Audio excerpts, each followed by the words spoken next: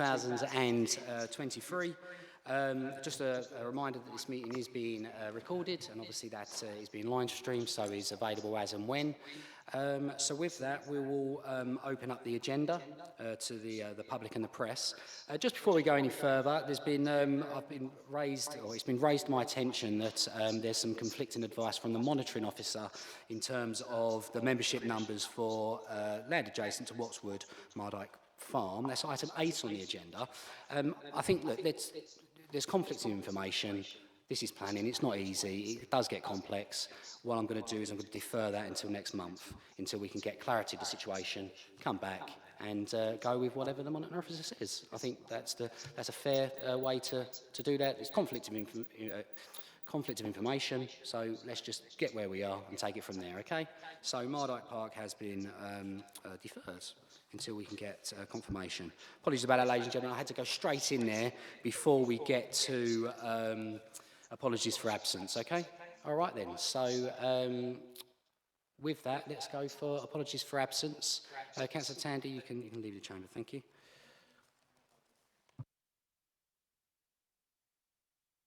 Yeah, I've got apologies for absence for Councillor Piccolo, and Councillor Carter will be covering for him. Thank you. And do we have, I understand, is Joy with us this evening for one of the items? Oh, okay, all right then, thank you. All right then, brilliant. Okay, that then takes us on to item 2, which is found on pages 5 to 8, which is the minutes of the last meeting found on, for June the 8th. Is there any comment on the accuracy of the minutes? No? Okay. Thank you. Is that agreed? Okay, thank you. Items of urgent business, I've not agreed to any items of urgent business, which then takes us on to declarations of interest. I'm only after declarations of interest, I'm not after declarations of receipt of any correspondence. Thank you. Councillor Main. Thank you, Chair. I need to declare that I can't vote on items 8 and 9 because I wasn't a planning member when the applications were first heard in April and they were subsequently deferred. Also, I'm predetermined as well because I publicly stated my opposition to their particular application. In terms of item 10, I sought legal advice, and it's regrettable that legal advice is that I can't sit for that item either, which is unfortunate. I have to say that they said that items 9 and 10 were inextricably linked. I think the planning merits on them are completely different, but I will take that legal advice and I will appoint Joy Redsell as my substitute for item 10, and I will leave and resume my seat for any other business. Thank you very much, Councillor Maney. Any other declarations of interest? No, okay. I do have to read out a statement. It sort of flips over into declaration of receipt of any correspondence. We've been inundated this month with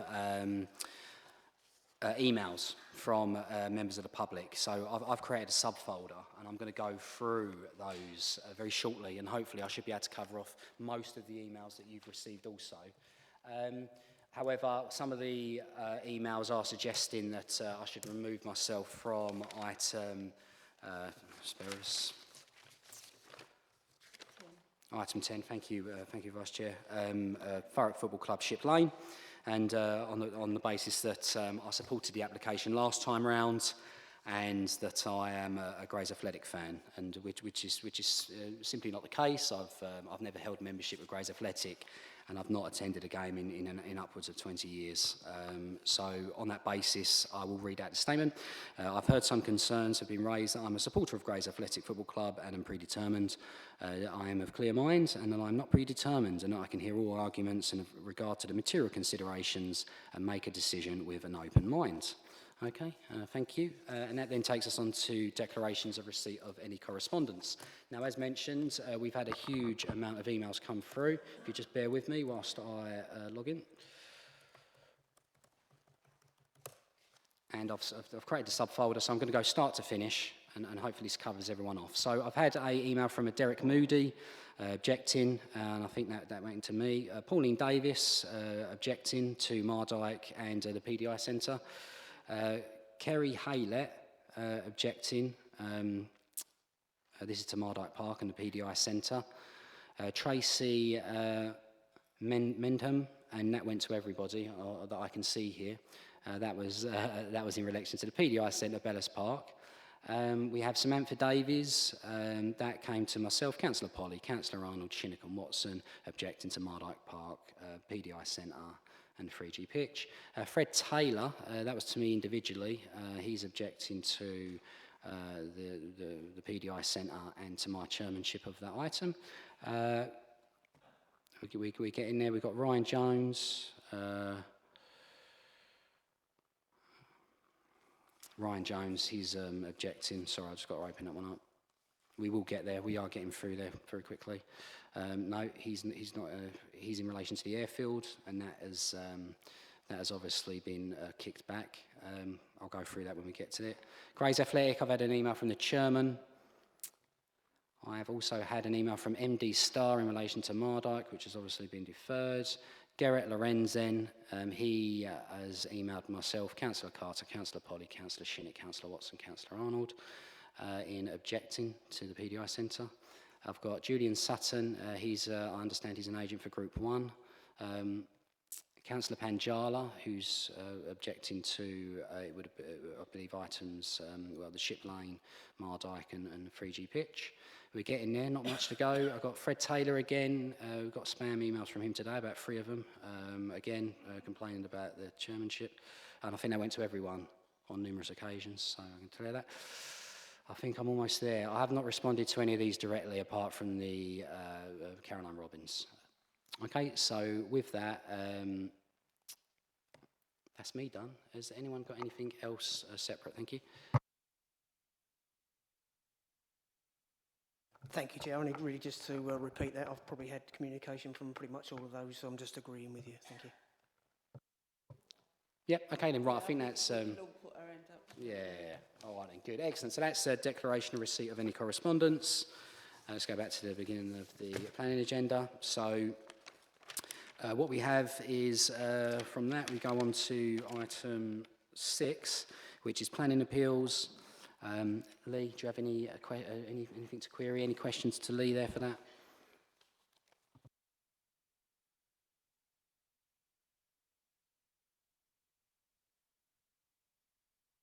Okay, and then a public address to the Planning Committee. So just to remind everyone, Mardyke Park has been deferred, and King's Farm has been deferred at the request of the applicants to spend more time on their workings. So this evening then we've got items 9, 10, 11 and 13, which takes us on to the first item on the agenda, which is Thurrock Football Club Ship Lane, pages 99 to 146. The reference number for that is 22/01672/FUL, and Matthew, you will be presenting that report. Thank you. This is obviously a deferred item. Cheers. Chair, just for information, can we go back one to Mardyke Farm, because I was trying to scribble down the reasons for deferral, and I want, because obviously the agent will be in touch and the applicant will be in touch, so I got it down as based on the advice from the monitoring officer, or unclear advice from them. Right, okay, thank you for that. Right, okay, on who can vote and who can't vote. Okay, thank you. Just before I go into item 9, and you've picked up on this already, there's been a deluge of late information on the first 3 items, and now the first one has been deferred now. But for those 3 items, which are obviously complicated planning applications, and obviously there's a lot of public interest for and against, as officers, we've been frankly inundated with representations, consultation responses, late submissions. And I'm not expecting this to be minuted, I'm not expecting a reaction, but I think it's unfair, firstly, on the committee, because I've got to fire a load of information at you which hasn't been reported on the agenda. And it's also unfair on officers to have to deal with submissions which were being made at 2 and 3 o'clock this afternoon. I don't know what the solution is going forward, but from a personal point of view, I wouldn't want to be in this position again, because it's unfair on everybody in this chamber. That being said, I'm going to go straight into updates for item number 9, so please bear with me, and there'll be some repetition about stuff you've already received, but just to be clear. So last week we received a late representation, which was actually on items 8, 9 and 10, and that is an objection against the proposal. We received again last week an email from Councillor Maney, who's now excused herself from the chamber because representations had been made on this application and on Mardyke Farm, and those representations have now been withdrawn, but the councillor has excused herself, so that's resolved. Beg your pardon. The week before last, we received a petition in opposition to the application. That's not reported on the update report, so that's new information, and that has 165 names against the application. And then on Tuesday, so the day before last, we received a petition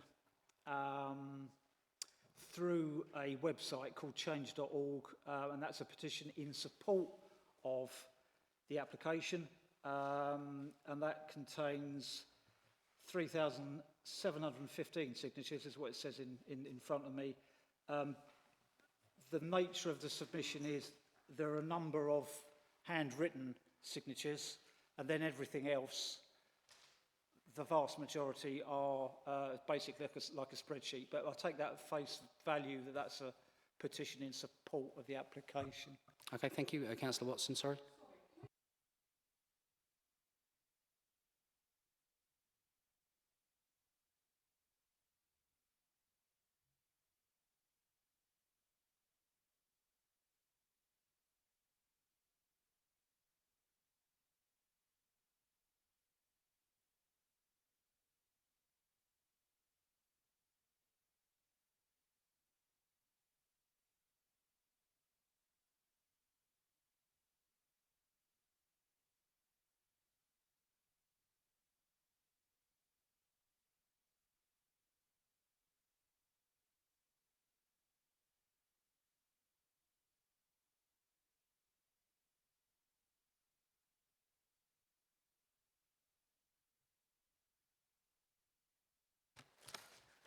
Thank you. Matt, as you were. Thanks, Chair. So just finishing off the late representations, there's an objection which was actually sent to the council's highway officer this afternoon, objecting to the proposal, and that's been forwarded on to me. And we received via the council's monitoring officer, again early this afternoon,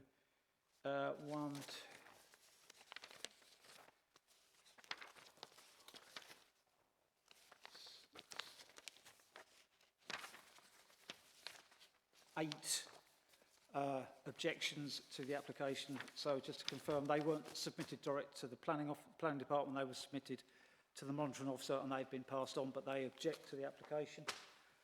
And in terms of submissions from the applicant's agent, we received at the end of last week a letter which follows up on the site visit which was undertaken last Wednesday, I think. I'm losing track of time. Yeah, it was last Wednesday. And makes some points about the scheme and its relationship with Bellas Park, although that is a separate agenda item. It is clearly linked to this particular application.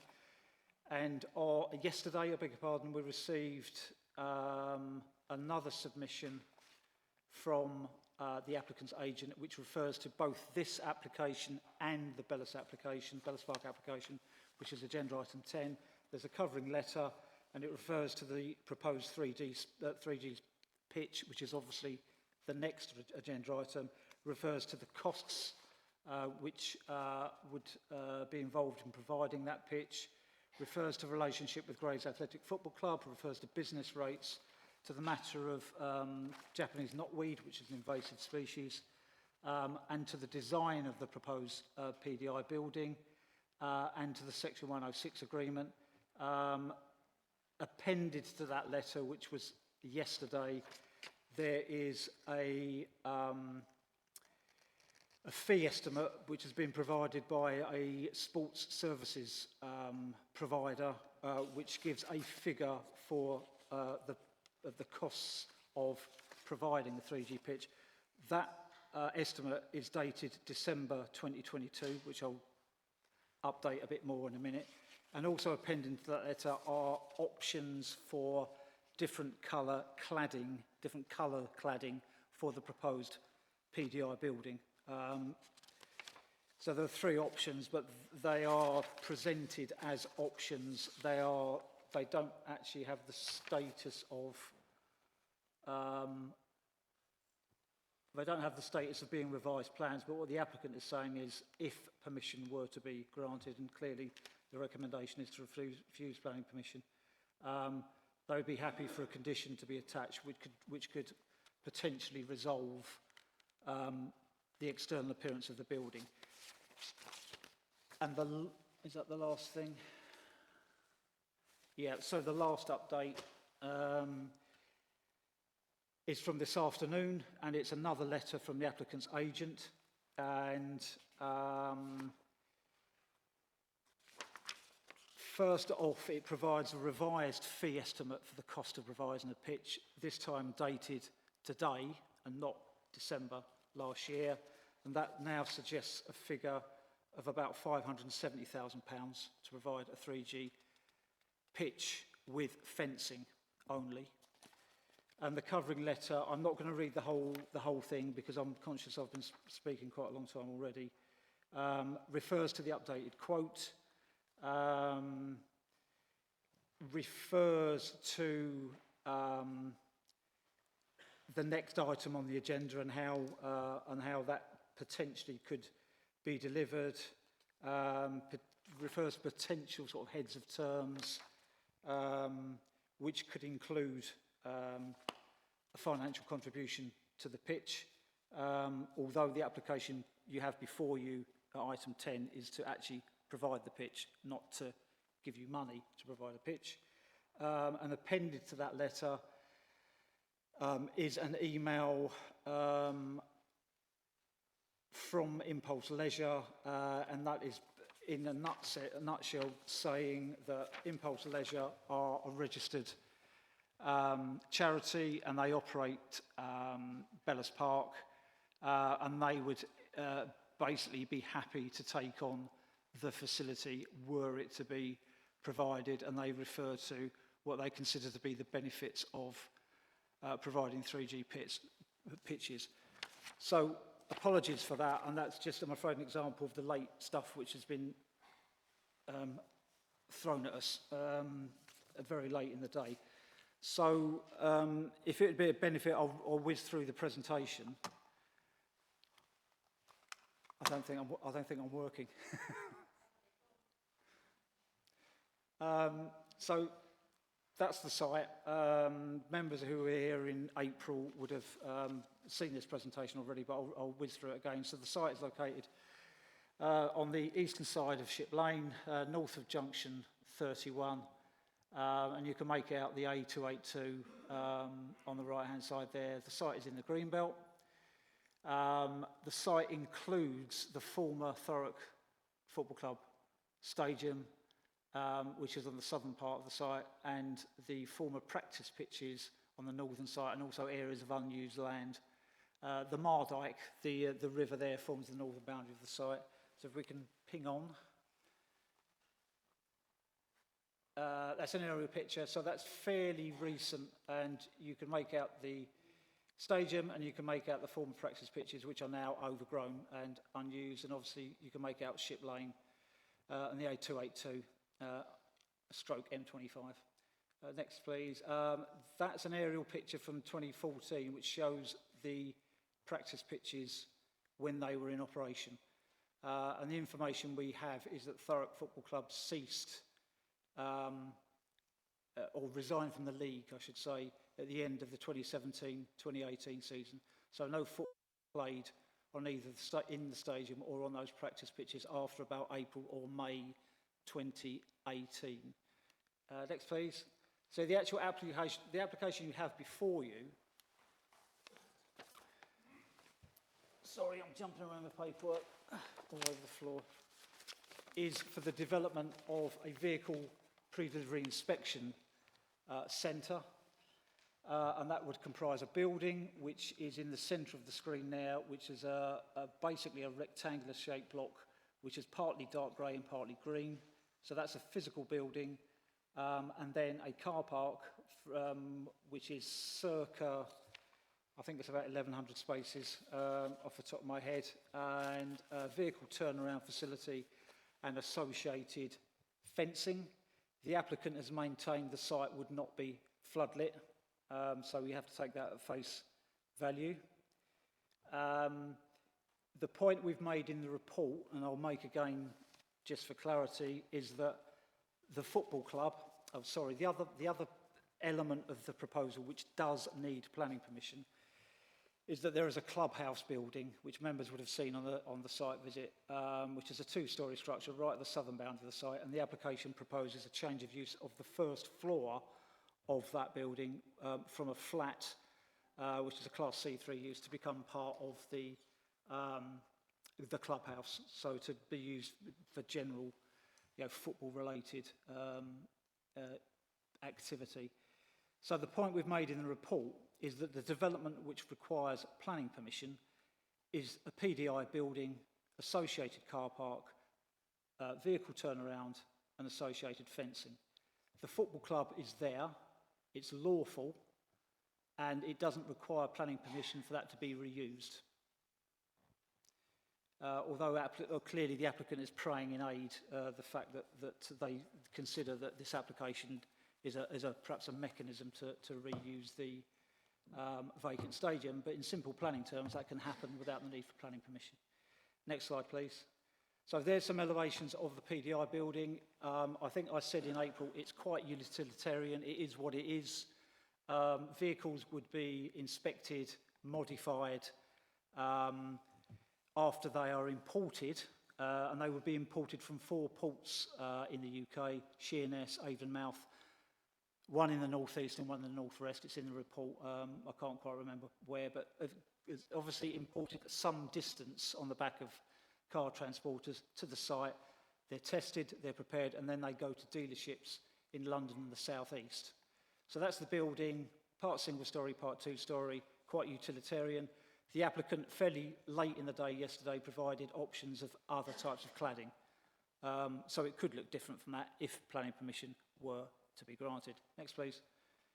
That's the floor plan. So there we are. It's an industrial type building with ancillary staff facilities. Next, please.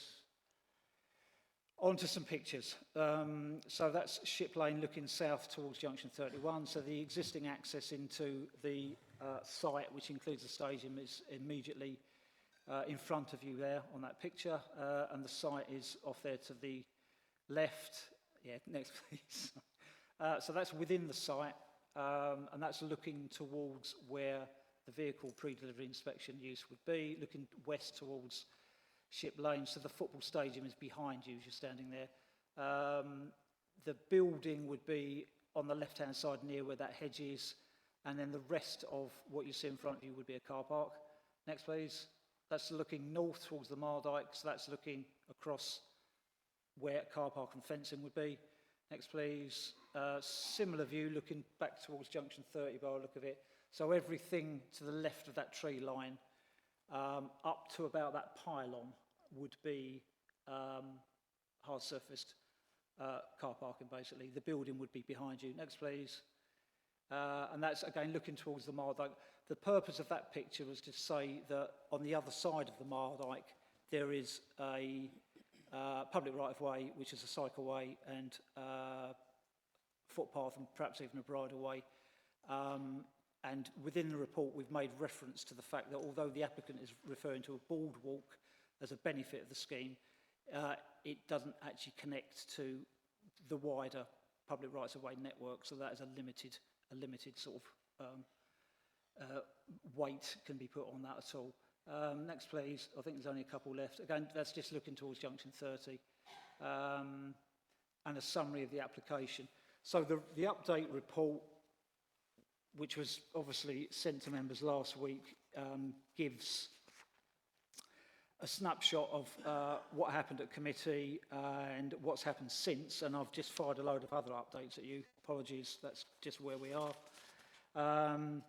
The application is still recommended for refusal, and that is for a single reason, because the site is within the Metropolitan Greenbelt. That being the case, the usual local and national policies apply. The development of a PDI building and car parking is inappropriate development in the Greenbelt, so there's definitional harm. We think there's harm to openness. That's both the visual aspects of openness, well, particularly the visual aspects of openness. We consider there would be some harm to the purposes of including land in the Greenbelt. So the judgment before members is then, are there considerations, are there factors which clearly, and I'm going to again emphasise that word, clearly outweigh harm such that very special circumstances exist to justify departure from normal policy. We've looked at the applicant's case, which they put forward, and that's on the first application. That's sort of set out on the pages, or paragraph numbers, I should probably say. Yeah, 7.27 onwards, basically, and you have that summary table which we put in to provide an easy guide about the weight you should be putting on things, or we consider you should be putting on things. That's paragraph 7.54 of the first report. We've considered that there is some positive weight you can put on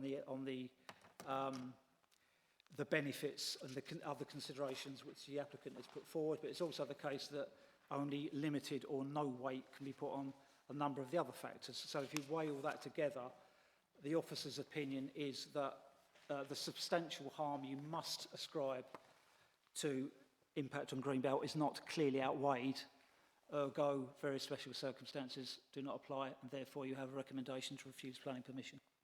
Thank you, Chair. Okay, thank you, Matt, for that very detailed presentation there, and obviously apologies you received a lot of that information in the last moments. That opens up to questions. Do we have any questions on this particular item? Councillor Watson, then Steve Taylor. Thank you, Chair. Matthew, apart from the options of different cladding for the PDI centre, and also Grays Athletics being a joint applicant now, what, if anything, is any different in the applications to the last two?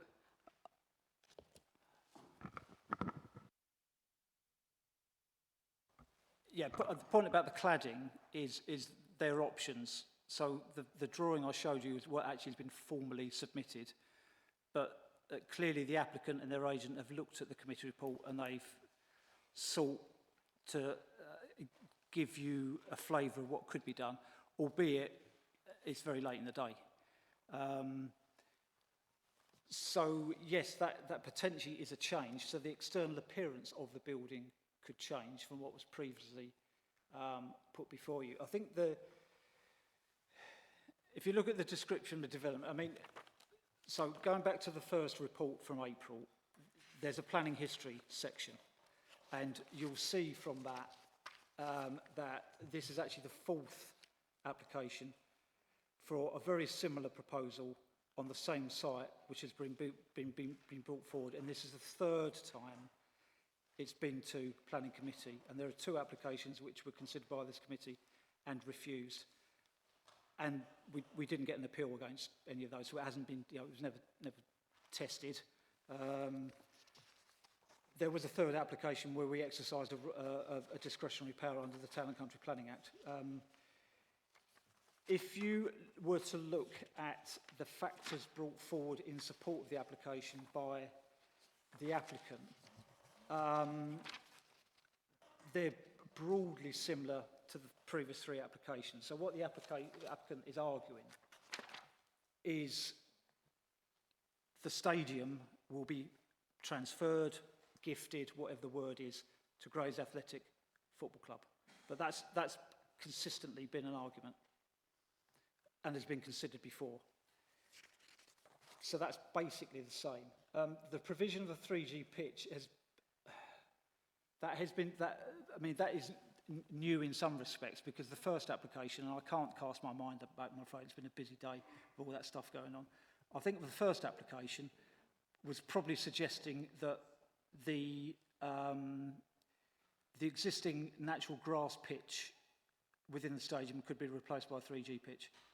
And then that wasn't part of the proposal. So it's sort of been in as part of the proposal and out as part of the proposal. So the provision of the 3G at Bellis is new, because I think the second application you considered, they were just offering money. And now they're not offering money. They're saying we will provide a pitch. They are the applicant and they will seek to deliver a pitch. So it's different, but it's within the same broad category of providing mitigation for loss of playing pitches.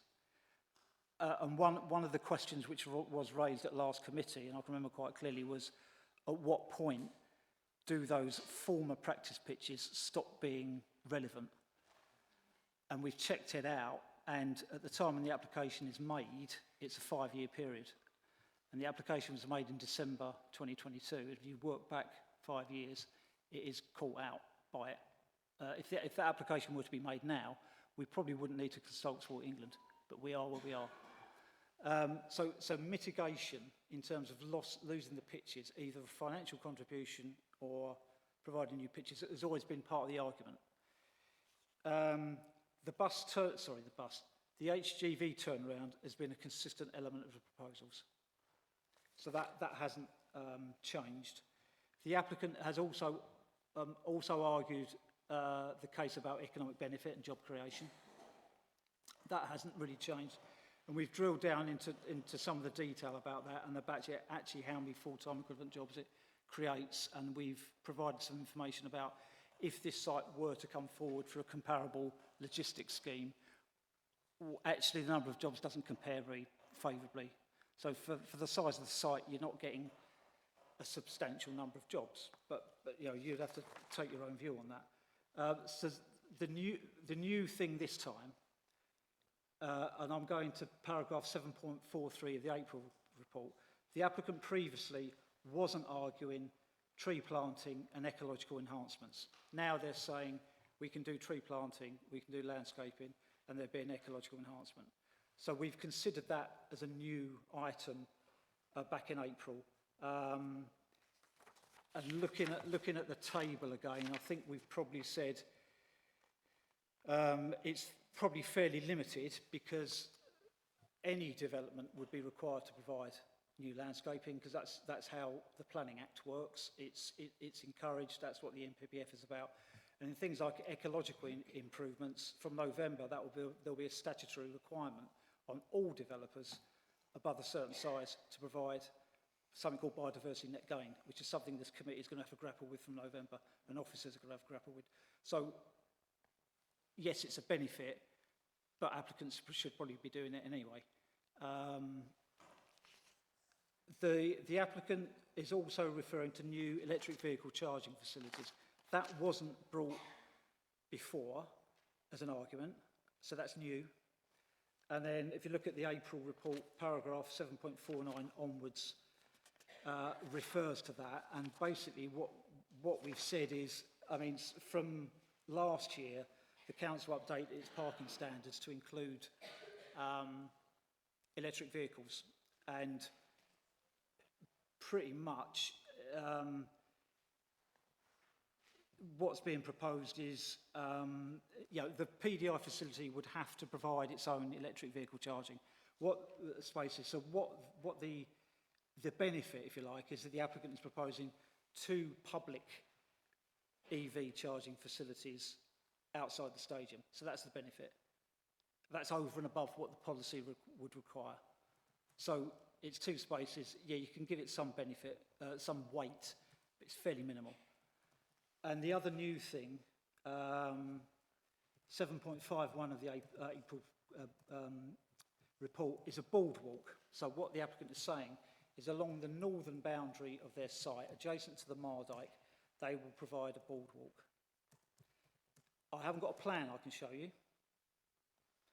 But the point we made in the April report is it doesn't connect to anywhere. So it's not the case that it would connect to an existing public right-of-way. So it'd just be for the extent of the red line of the application site. So is there a benefit? Officers aren't convinced. So I've said a lot there, but in terms of new stuff, boardwalk, electric vehicle charging, tree planting, ecological enhancements, and that's the new considerations being put forward. Okay, thank you. Councillor Watson, and I think Shinnick, did you want to come in after that? Steve as well. Thanks, Matt. Can I just ask that there is a ditch that runs the whole way along by the football pitch, the training ground, or the old training ground used to be. There used to be a ditch there. So they're proposing to go over the top, because in the winter, those training pitches that used to be there used to be flooded, and so did the other side of that used to be flooded as well. The Greenbelt part used to be flooded as well. So what are they going to do to mitigate that? Because water has to go somewhere, and just building over the top of it is not going to help. And also it runs with the Mardyke as well.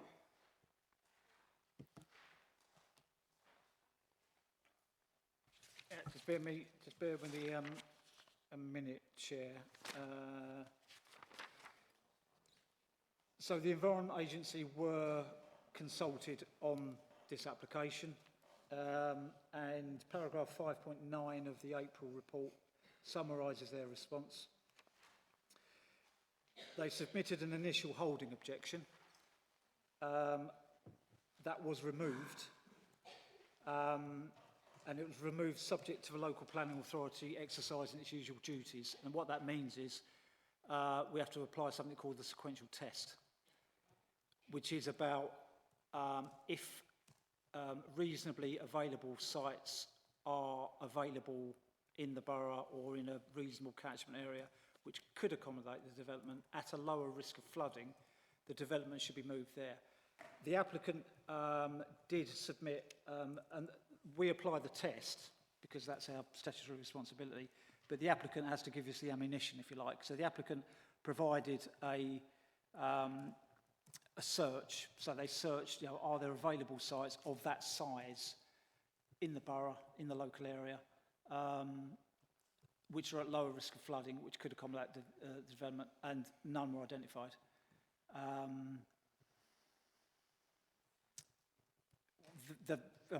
The local plan, when it rolls forward, will have to consider, sequential tests and all the rest of it. But so in terms of allocated site, we've got a fairly limited range of options. But you can search estate agencies and commercial agents to see what's available. That test is passed. So the Environment Agency don't object. We've applied the sequential test. It's passed. We're satisfied there's no reason to object to the application on flood risk grounds. But obviously you still have a reason for refusal. Okay, Councillor Shinnick. Yeah, press wrong button. Thank you, Chair.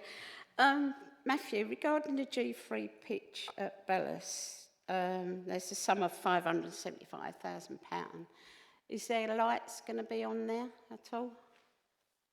Yeah, Chair, this is where it gets a bit complicated because the proposal for the 3G pitch at Bellis is a standalone planning application, but clearly is linked to this one because it would provide mitigation for the loss of the playing pitch. I know it's nothing straightforward, right? So you've asked a question about how much. I mean, I can provide an answer if it helps. So we did consult Sport England because we have to, because they're a statutory consultee, and they submitted a holding objection and asked for more information. And their holding objection, and I'm going to try and get it up on the screen in front of me.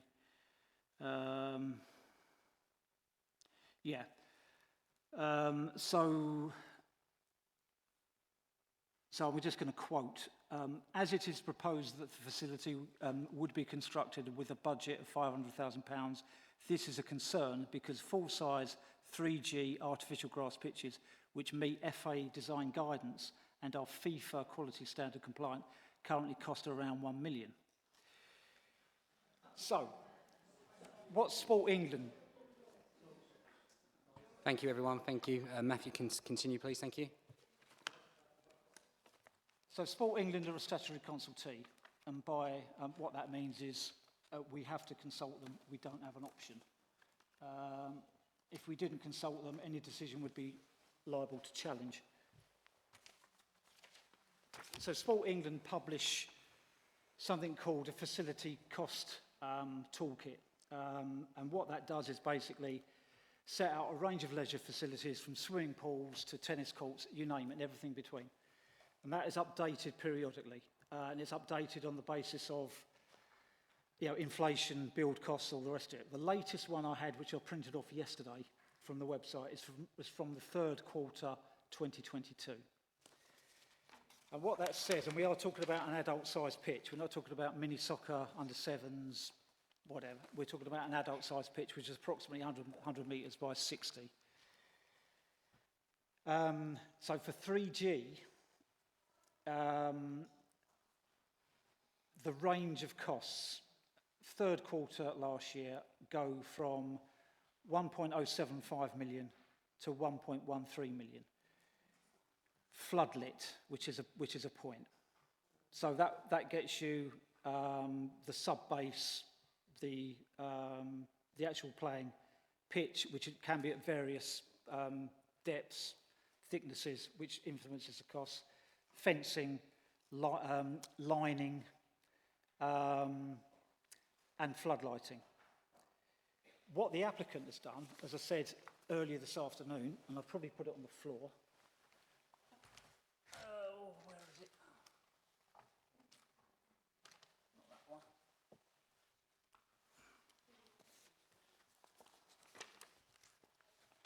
Hang on, nearly there.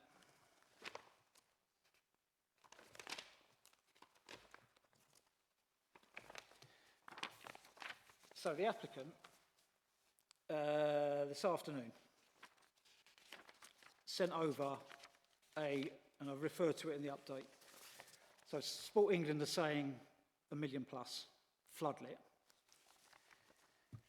The applicant has obviously instructed a company who install facilities called Velocity Elite Sports Surfaces for a fee estimate, and they have provided a fee estimate dated today. And it's the grand total of that one is 568,000. No floodlights. The consultation, and again, we're straying into the other application here, so we need to be careful. But that is mitigation for what's in front of us now, so it's difficult to separate here. So, but please bear in mind, the 3G pitch is a separate item. But I'm just going to finish that point. So there's the difference in cost between circa $1 million and a bit, and 570,000. It would seem to me is floodlighting. The response we've reported, I think on the next application from the council's sports policy manager, is it should be floodlit. For it to meet relevant FIFA standards and FA standards, I'm surmising from the FA's response, where they quote $1 million, they'd expect it to be floodlit.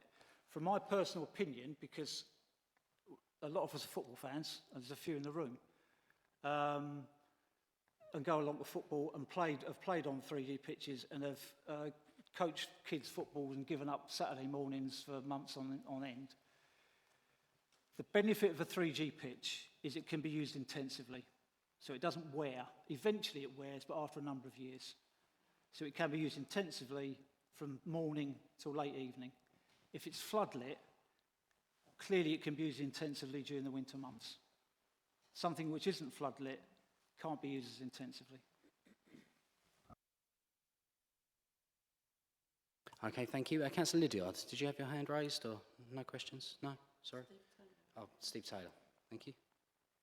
Mr. Taylor. Oh, thanks, Chair. I think Councillor Watson covered off the majority of my questions, but when I read through this earlier in the week, and you said it earlier on, I think you said it earlier on, the use of the football pitch as stands doesn't need any planning application at all, in that it's there and it exists. Am I right in that understanding? In other words, sorry, go on. I don't want to do sort of Janet and John School of Planning stuff, but what development management does, what it says on the tin, it manages proposals for development, and development is set out in section 55 of the Town and Country Planning Act 1990, and the reuse of an existing stadium isn't development. The description of development on the agenda, so the proposal in front of you on the agenda, we were careful when the application came in checking that and making sure it was right, and actually it was run past the applicant's agent. And that refers to development of a PDI, hard standing, the building, new access, boundary fencing, change of use of the flat, landscaping, ecological enhancement and associated works, which would be ancillary works. There's no reference to reuse of the stadium. It's not development. It's as simple as that. Thanks, Matthew. I think that was kind of what I was trying to confirm, and that was my understanding. So the application that we're talking about is purely the PDI centre and the associated car parking and so on that's associated with it. Yeah? That triggers the need for a planning application. Perfect. Thanks, Matthew. Okay, thank you. Any other hands raised for questions? No? Okay, all right then. So my only question is, Matt, do you have any idea on sort of business rates coming in on this particular scheme? You've got a rough idea on what we could expect? I may have an email, but you'll have to bear with me. I've got another question for Julian then, just very quickly. Julian, we've got a designated order now in Thurrock has been announced within the last few weeks. Obviously, there was a couple of press releases in the last few days. We know Ship Lane, there's issues with HGVs travelling down there.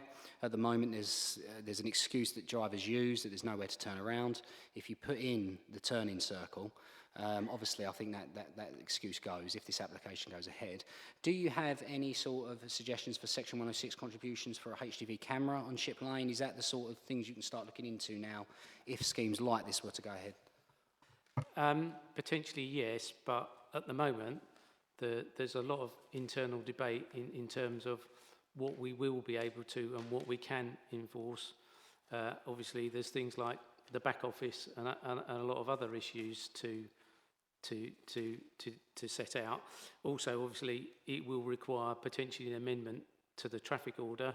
The current traffic order covers the whole of Averley. Obviously, if a driver went through a camera, he could claim that he's going somewhere else in Averley. So a scheme of some sort would have to be designed and applicable in terms of being able to actually physically enforce that. The way that the current weight restriction is set out in Averley is not conducive to enforcement. If you recall, our way of getting around it previously was to look at bus lanes and enforce with bus lane cameras, because obviously we could put them on in and out routes. So it wouldn't simply potentially be solved by one camera unless we look at changing the traffic order. Also, talking to my colleagues, it may even require special authorisation by the Department of Transport. So there's a lot of ifs and buts even before you get to the position of potentially putting a camera in. So at the moment it's difficult to say whether that, for this particular scheme, that would be feasible. But potentially in the future, maybe yes for other schemes, but at the moment there's a lot of work to do to get to that position. Okay, and then lastly, was there an offer from this particular applicant to provide a HGV camera on site to see if cameras were coming out and turning? It would be right, wouldn't it, downship lane when they shouldn't be? Was there something in there I see? I can't recall offhand if they did or they didn't. I think at one stage there was some inference that they were looking at some scheme in terms of how they would enforce it. I think that was going again along the lines of the bus lane enforcement, because at that time when it first came forward, this wasn't in place, the new Traffic Management Act bit. So again, it was something along, and if you recall, there were a lot of issues with how that would be enforced. And as I've said previously, other committees, this is not particularly an ideal turnaround facility. It's not going to be easy for lorries to actually spot or be able to turn round. So for a highways point of view, you know that where we stand regarding that, but it's not a principal reason for objection, unfortunately. Okay, thank you. And then, Matthew, did you have a chance to research that question? Thank you. Yeah, I don't have an answer on this one. Funnily enough, I had an answer on the item before. Now, whether or not you can extrapolate across, I'd caution you to take this just as purely indicative. So, funnily enough, for the Mardyke Park scheme, which is now deferred, I did get information from CBRE, who are a property consultant, basically. And how it would work is there would be a rateable value based on the use, the type of use, per square metre. As a comparison, and just please take this as indicative and a pinch of salt. So for the Mardyke scheme, which was proposing principally logistics, as opposed to this, which is an industrial type use, logistics is storage and distribution. So for logistics, for a smaller unit, and this is 1,200 square metres, so this would count as a small unit, you're looking at about £80 per square metre. This is a 1,200 square metre building. But please take that as indicative, because I haven't got a precise answer for this type of building.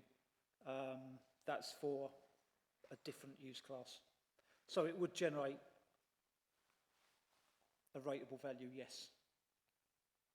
Okay, thank you. All right, we'll have to do those sums in our head, but look, the general consensus is it brings some form of income in. Right, any further questions before we go any further? Mr. Taylor? Thanks, Chair. Sorry, Matthew, I wasn't reading my notes very clearly. You know, when you mentioned that there was no alternative site in Thurrock, given that this is kind of towards one edge of Thurrock, how would they normally measure that? Is it a radial measurement from that site, or it's just that my thought is it's you know, how broadly do you want to look?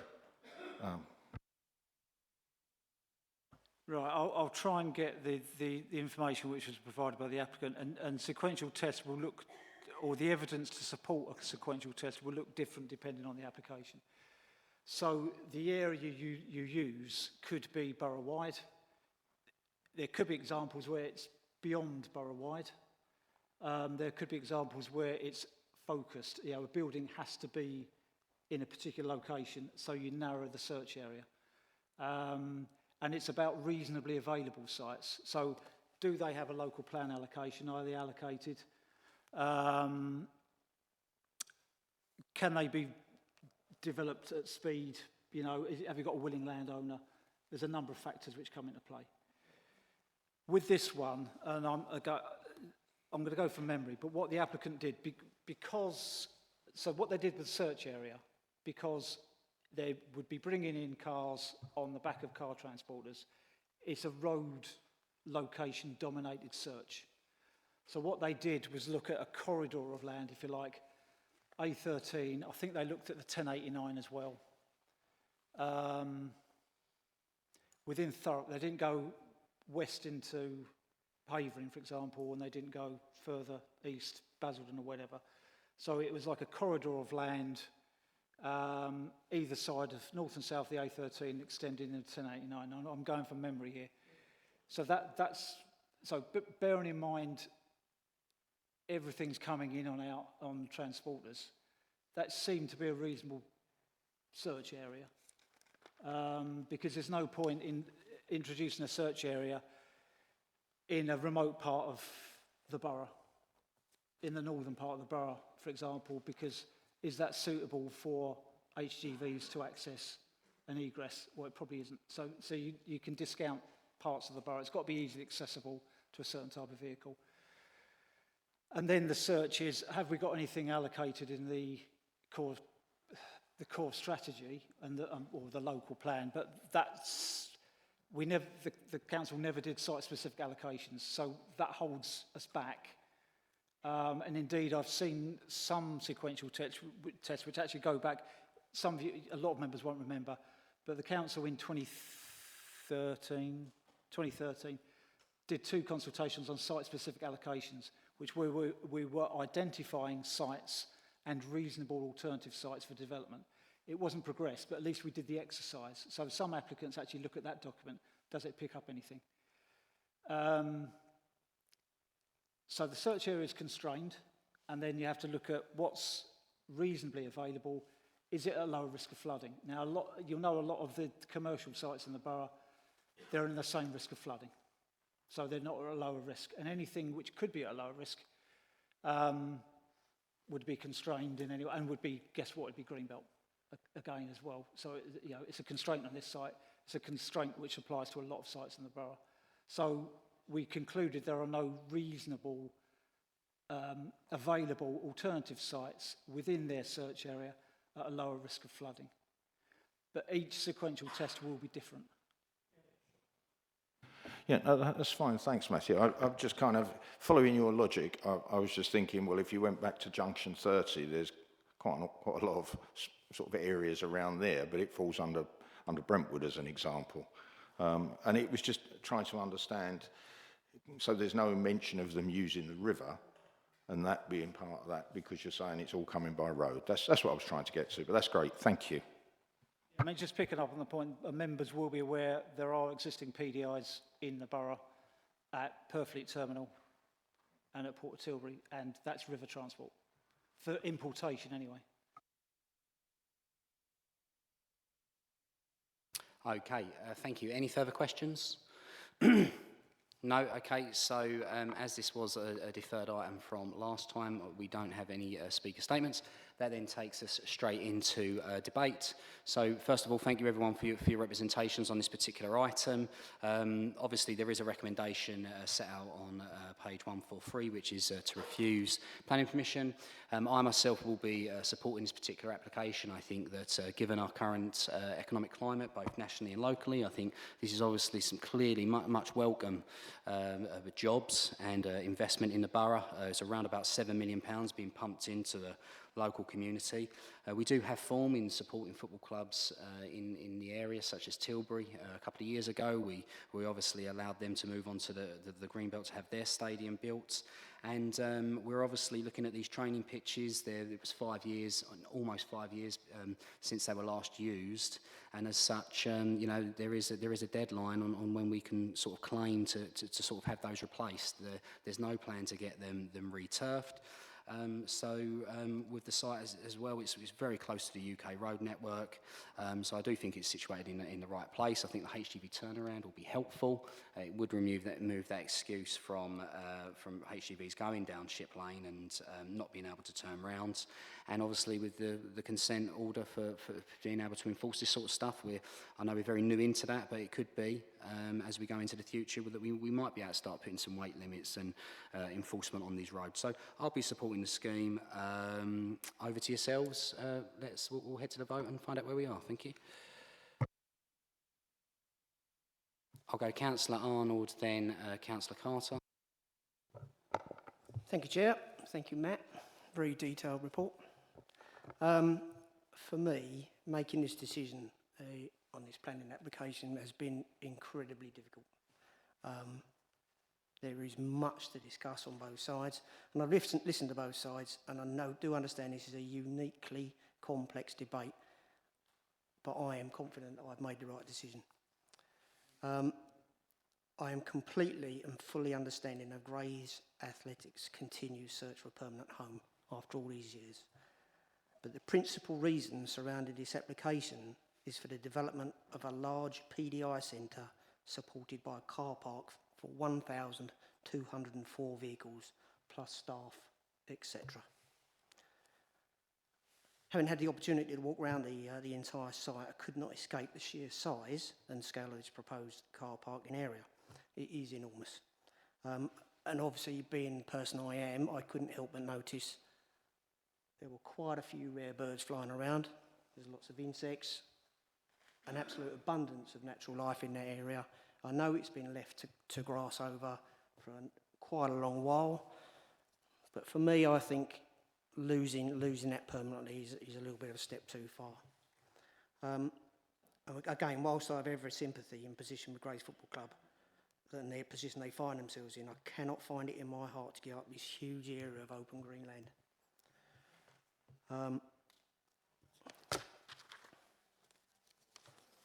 And again, I can only consider the information that's presented me in this agenda for this evening.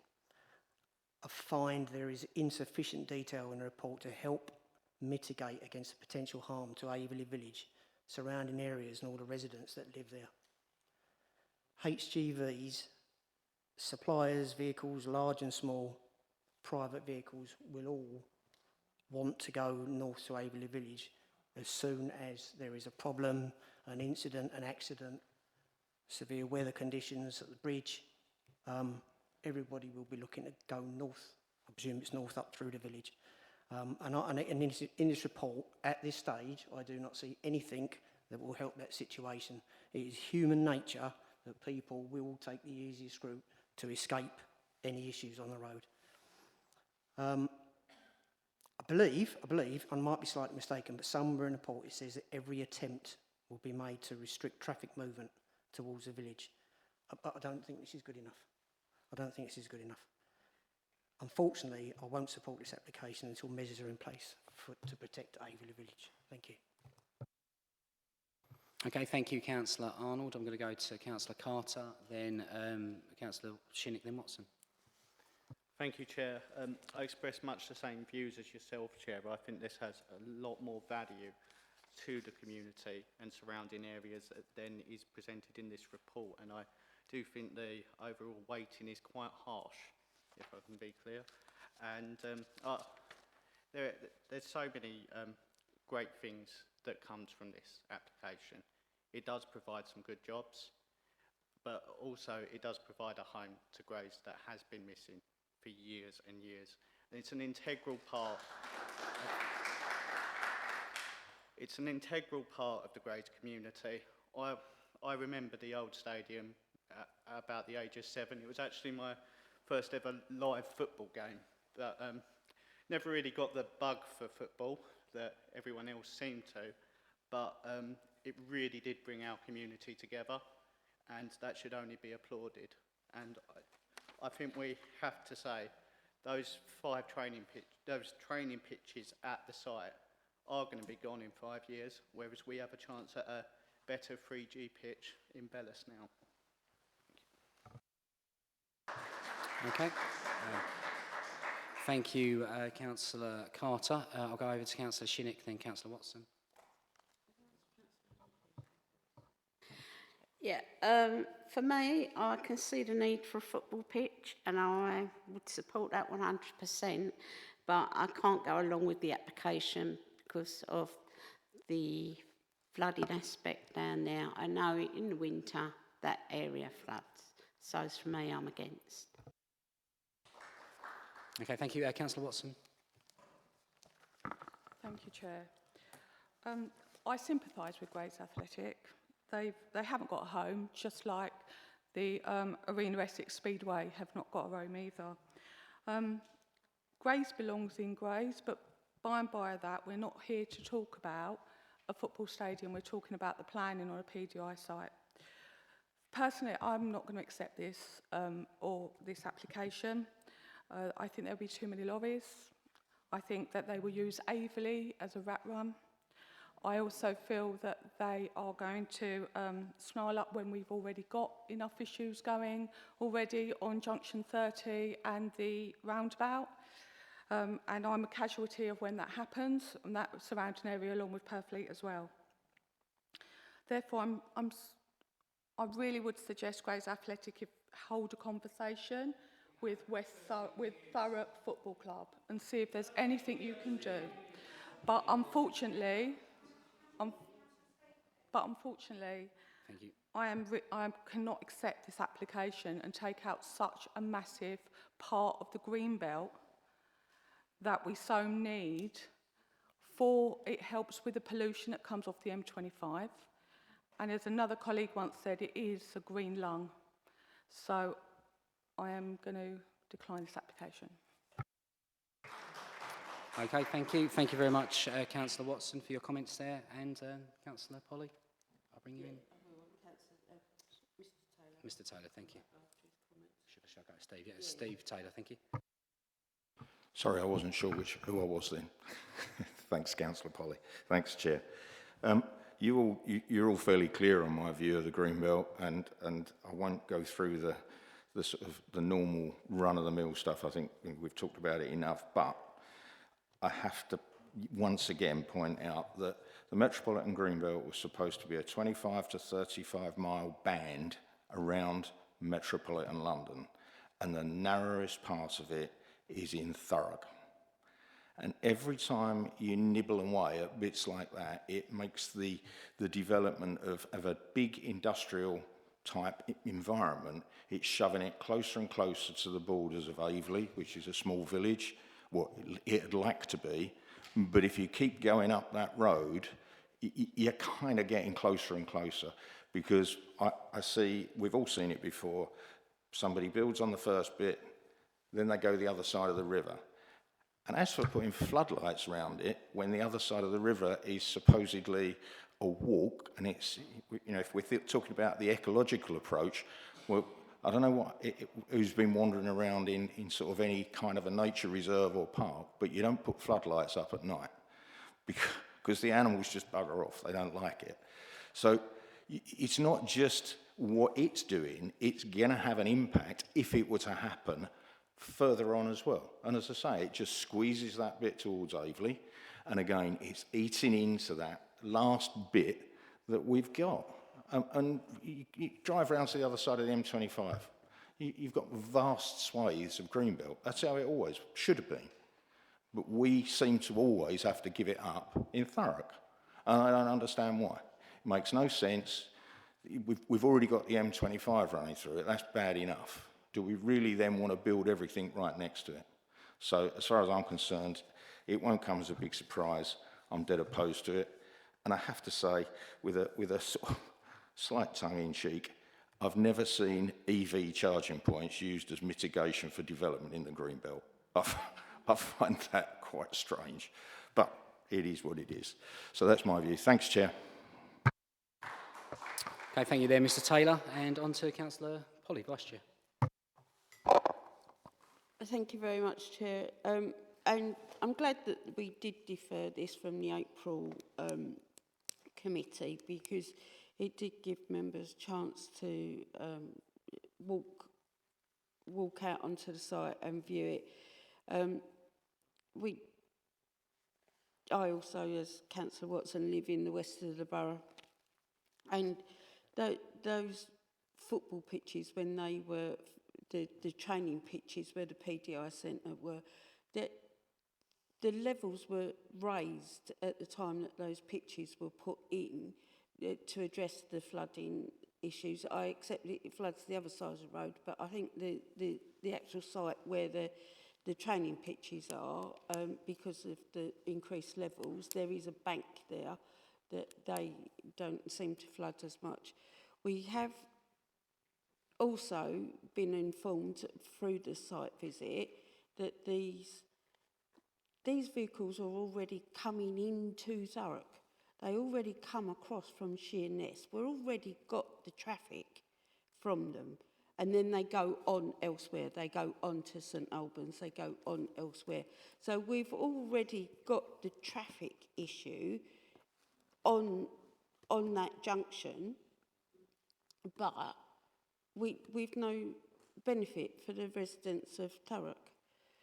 I agree with Councillor Arnold that this is a very difficult application to decide on, and I think that fact that it's been back and forth and we've been for site visits and we've deliberated perhaps on this application more than any that I can remember because of the strength of feeling, and I would like to, in this, again, commend our officers to be presented with all that information last minute in the way that they were. It really does put them under pressure, and given the length of time that this application's been around, I'm a little bit disappointed that all that representation has come in at last minute. I think that it would have been helpful to have had that much sooner. We do have cut-off points about people being able to speak at committee or put information to us. So I do thank the officers for them to even be able to bring that to us tonight with any knowledge on the background.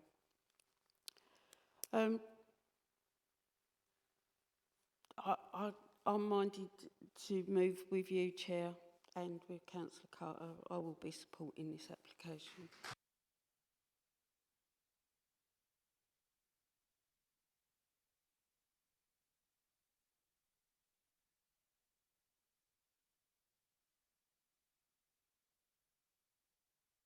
Okay, thank you everyone for your contributions there.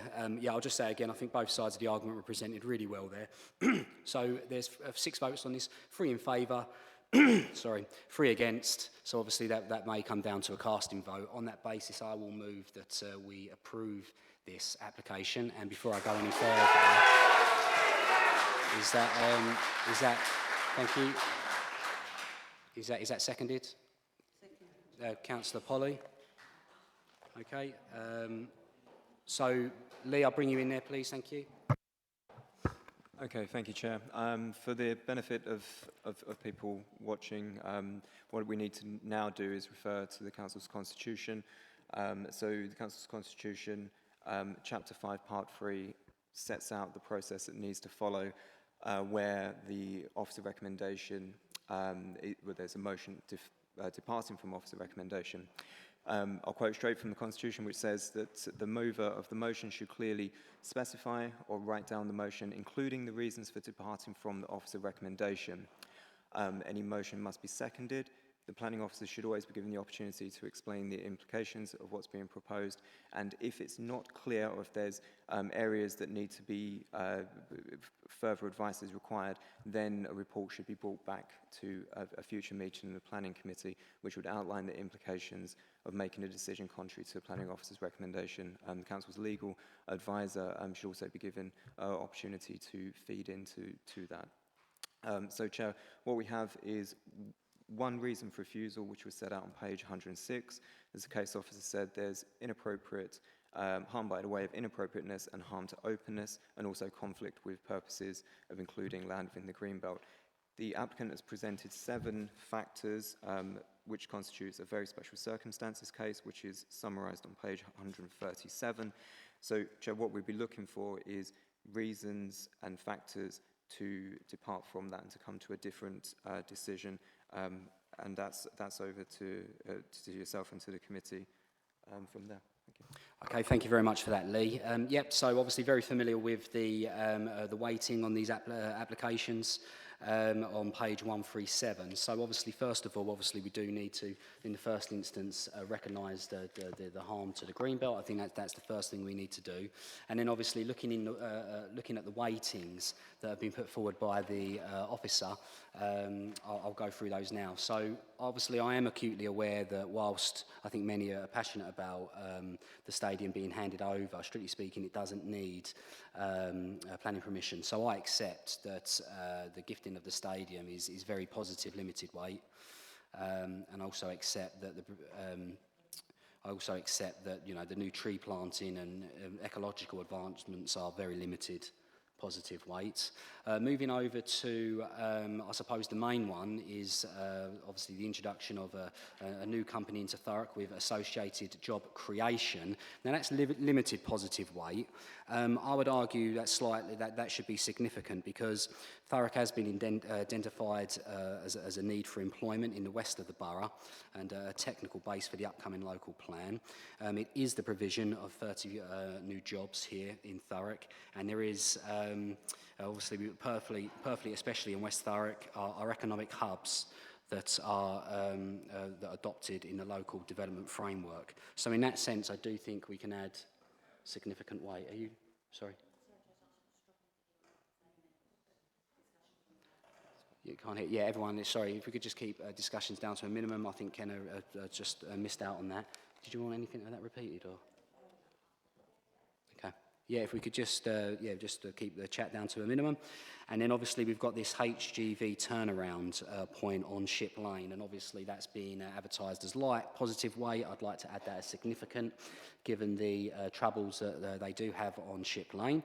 Obviously by providing a turning circle, we're allowing HGVs a safe means to turn around on Ship Lane. It is immediately adjacent to the strategic highway network that Councillor Polly mentioned to, right next to the M25. And there's no objection from National Highways or the local planning department in terms of any issues surrounding highways. So that can go up to significant. And then I think that's pretty much where we are. If you'd like to come back on there. Yeah, you happy? Thank you. Okay, thank you, Chair. I think we've got those. Chair, with your agreement, what we'd look to do as officers is to bring a report back to the next available meeting. There's a couple of headlines that I think needs to be included in that report, which is, of course, the assessment of the case that's just been presented and the changing weightings to the factors, but also some legal advice concerning the provision of off-site mitigation and the 3G pitch. We've heard from the case officer there's a difference in the costings, and I think that does need to be bottomed out so the council can be satisfied that that mitigation can be brought forward and the mechanism that needs to be put in place to do that. Also, we would need to draft heads of terms for the legal agreement and also draft conditions again, Chair. So what we'd look to do is bring that back for a future meeting. It might be difficult to turn that around within the period of time we have before August, but certainly the team will do their very best to get that back as soon as possible. Yeah, I think we absolutely need to get that back for as soon as possible. So no, thanks for that. With that, we will. Would you like us to move to a final vote? Okay, and obviously, just please be aware that obviously if this does go through here this evening, it's provisional. It does need to be approved at a later meeting. Okay, so with that, are we happy to move to the vote? Yeah. Okay. So all those in favour of application 22/01672/FUL, put forward by myself, seconded by the Vice Chair. All those in favour, please raise your hands. Okay, that's 3 votes. And all those against?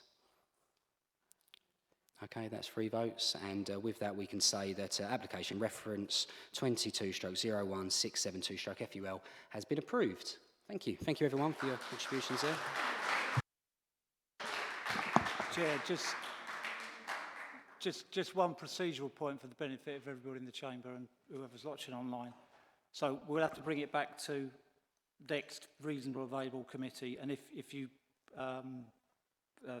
maintain that resolution, fine, that's your decision. But before any decision could be taken, it's off to the Secretary of State as a departure, and we'd have to agree planning conditions, and Lee has already mentioned heads of terms. Obviously, no work has been done on that already, so it's not as if a decision is going to be taken imminently, just to dampen down people's expectations.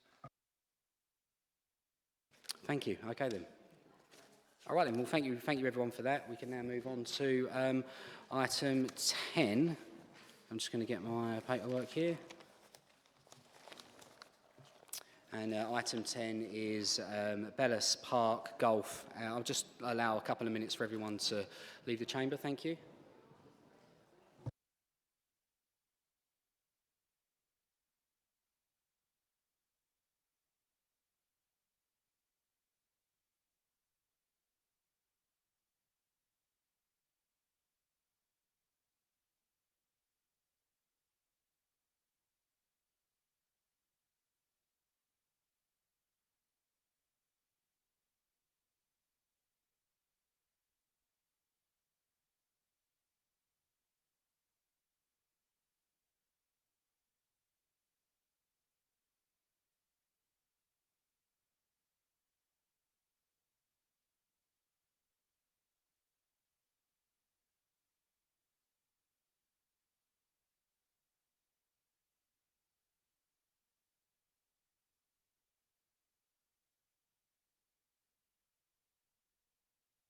Okay, thank you. As we're prepared to go forward, Councillor Redsell, would you like to come and join us? Thank you.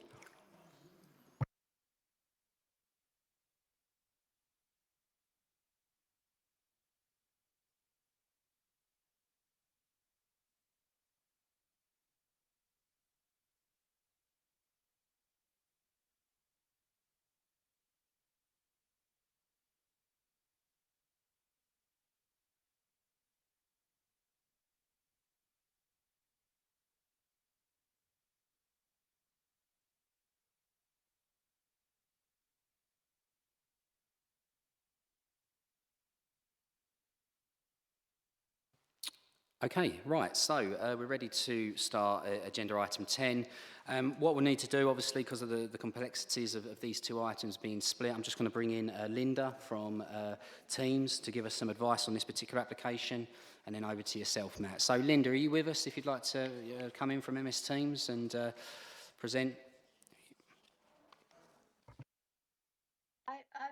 Do you mean me, Linda Saunders, the legal advisor, or do you mean a planning officer? Linda Saunders, legal advisor, thank you. Right. What advice would you like on this one? Sorry. Thank you, Linda. I'll tell you what, I'm going to bring Matt in. Matt, if you'd like to start, and we'll take it from there. Yeah, so before I go into, members haven't been presented on this application because it was deferred straight away last time we went to a site visit. As an update, literally in the past day or so, an issue has been raised about the validity of the application, whether or not it's actually a valid submission. So, when the application, I'll try and keep this as user-friendly as I can. So, when any application is submitted, an applicant has to submit an ownership certificate to say whether or not they own the land or not, because you can apply for land you don't control, that's legitimate. But you have to serve notice on everybody who has an interest in the land. That's either a freehold interest or a leasehold interest of at least 7 years unexpired. When the application was submitted in December last year, for what's in front of you, the applicant served notice on Thurrock Council, and they filled in what's called Certificate B to confirm that in the period 21 days before the submission of the application, they had served the requisite notice on the council. At that time, they assumed it was just Thurrock Council who had an interest in the land. It's transpired in the past, literally in the past day or so, that Impulse Leisure enjoy the benefit of a leasehold interest, and at the time when the application was made, it was 7+ years. We understand their lease runs until at least 2030. So at the time when the application was made, notice should have been served on Impulse Leisure, and it wasn't. The agent emailed me this afternoon, and they have submitted the requisite notice. and they've submitted a revised application form. But the key point is that has to be done 21 days before an application is submitted. So we can accept that notice has now been served, but for the next 21-day period, the application isn't valid. So it sounds as though it's coming back, Chair, in my view. Okay, and did our legal officer Linda want to come in with any advice on that? Thank you. Yes, apologies for that. Definitely, I would advise that this should be deferred because Article 13 is quite clear and it says that it has to be the owner 21 days before the application is submitted. So, you know, there's no way they can comply with Article 13 simply by putting it in the day before it goes to committee. So I'm sorry, but this does have to be deferred. Okay then, thank you. And Lee, I'll bring you in there. So, I mean, sort of luckily, unluckily, this item had to be split in between two applications. As it turns out, we've already got the previous item coming back. So as this, they've served the 21 days, it will be back when the previous item's back. So as it turns out, it's not, yeah, we can put them back together and we'll take it from there. Yeah? Thank you. Thank you, Chair. Very practical suggestion. And but what I was referring to earlier is also the costings of the pitch. That needs to be worked out. So that will be worked out as part of the previous application, but that will then help inform this application. So, yeah. Okay, thank you. Well, that's the legal advice. We've got a little bit unlucky there, of course, but then at the same time, lucky that that application's coming back anyhow. So, all right then. So, item agenda 10 has been deferred. Apologies, Councillor Redsell. You can return to your seats. And then we can bring back in Jackie Maney for the remaining items this evening. We've got two more, agenda item 11, agenda item 13.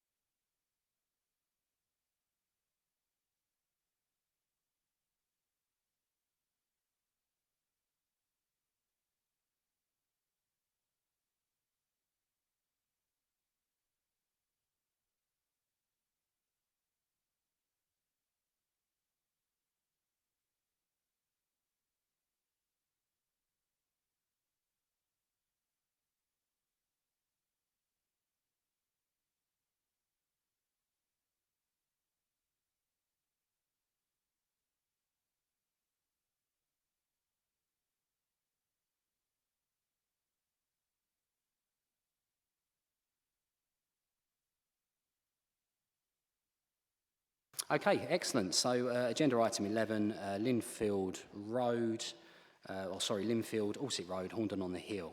Nadia, if you'd be so kind as to present your report. Thank you.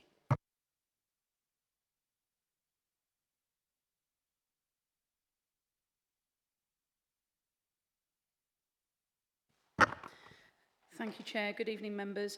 I'm just scooting through to the start of the presentation. Just bear with. Thank you.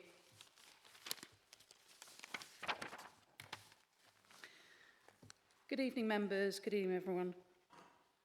Linfield is a detached two-storey dwelling in the Greenbelt, located on the north side of Alsip Road in Horndon and not far from the Alsip Fruit Farm, which is located to the southwest of the site. You can see there. Right, scanning through. Thank you. Thanks. Kenna's passing through the presentation for me since I have no individual control of it. So the application seeks the erection of a first floor side extension to provide 2 extra bedrooms to the dwelling, extending the full depth of the property and featuring double hipped roofs. Next slide, please. Yeah, thank you. So that's the proposal, as you can see in front of you there, with the extension proposed on the left. If we can have the next slide, please. The existing dwelling, as can be seen here, features extensions to the sides of the dwelling with a modest extension to the eastern flank and a larger, more recent addition to the western flank. Here are the proposed floor plans, and you can see this is where the proposed first floor extension would be located, measuring 9 metres by 4.5 metres in size. The site also benefits from 2 detached outbuildings, a games room situated to the immediate rear of the dwelling, and a triple garage located to the west of the property. And if you go ahead again, the next slide, here are some elevations of those outbuildings. The next slide shows a floor plan of the dwelling as existing. And the next one, please, Kenna, thank you. As members are aware, development in the Greenbelt is carefully restricted, as we know. For extensions to dwellings, this is normally limited to the floor area represented by 2 reasonably sized rooms, based on the calculation of the original dwelling.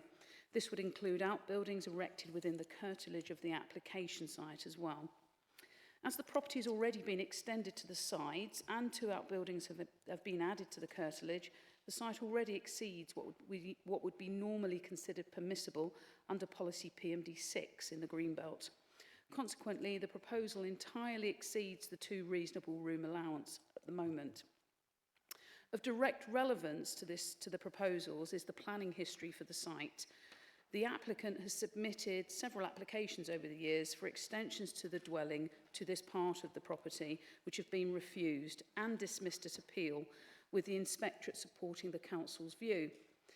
These are the plans submitted in front of you here in 2018, which sought consent for an identical first floor side extension scheme. In April 2019, the planning inspectorate dismissed this appeal, agreeing with the council that the proposal was disproportionate to the existing dwelling, significantly exceeding the 2 reasonable room allowance, and therefore harmful by definition to the Greenbelt. The inspector also went further, adding that, quote, while the dwelling's location and setting would help moderate the effect on openness, the proposal would change the appearance of the property and considerably increase the bulk, increasing its visual impact. This means there would be harm as openness cannot be preserved. There have been no material changes to the application site since that appeal decision. The applicant has offered various arguments in an attempt to provide very special circumstances, including securing an agreement to restrict permitted development rights of the property, to ensure no further permitted development would be carried out, and including the non-implementation of 2 previous lawful development certificate proposals, which were deemed as lawful in April 2018, but have not been implemented. That fallback position relating to the extensions considered under these lawful development certificates were fully considered by the planning inspectorate, and the impact of both of these schemes upon openness was considered similar to that of the proposal that was appealed that's identical to this scheme. Other arguments put forward by the applicant relating to permitted development right restrictions have also been considered, but they have not been given any more than very limited weight. The argument that larger extensions that could be carried out to the property at a nearby home farm site as well, located northwest of the application site, aren't comparable to the current proposal for the reasons detailed in the report before you. If we go to the next slides, so we've got some site images of the application site taken this week. And the dwelling shown before you here, well, the building before you here is the dwelling with the larger extension on the western side there. And this is the front of the dwelling. And another image from the front of the dwelling showing the more modest side extension to the east. And the flank of the dwelling from the east. And this is taken from the western side, looking at the property with the extension to the west and some decking that's been added beyond. And a wider shot of the property, the decking, and you can see a pagoda there. Just behind that is the detached building, which is the games room. And the image of the triple garage there on the right and the existing driveway. Thank you. The arguments that have been put forward in this application by the applicant have been fully considered and in combination do not clearly outweigh the harm to the Greenbelt. The applicant has added substantial additions to the ground floor flanks of the dwelling, as well as 2 outbuildings at the site, which in combination significantly exceed the limitation for additions to dwellings in the Greenbelt as is. This identical scheme, which was dismissed by the inspectorate only in April 2019, would continue to be disproportionate to the dwelling which would be by definition harmful and would also result in harm to the openness of the greenbelt. And as a consequence, the application is recommended for refusal to members in section 8 of item 11 before you tonight. Happy to take any questions. Okay, thank you. Right, that opens up to questions. Do we have any questions? No? Okay, thank you. Let's move straight to speaker statements. Oh, Councillor Shinnick, thank you. sorry. Thank you, Chair. Is the second storey going on to that extension on the side, I take it? Yes, Chair, the first floor extension would be built immediately above the western existing ground floor extension, the same width and the same depth. It wouldn't be adding additional footprint to the building, but it is adding additional bulk and volume. Thank you. Okay, thank you. Any further questions there? No? Okay, right. Well, what I'll do then, we do have a statement in support of this application. That's Councillor Barry Johnson, as a ward member. Barry, if you'd be so kind, you've got 3 minutes to present your report. Thank you.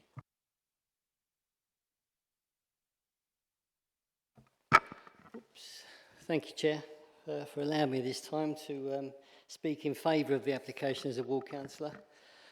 Contrary to the officer's report, I believe that this application for an extension should be considered in proportionate terms to the size of the curtilage as well as the original dwelling size.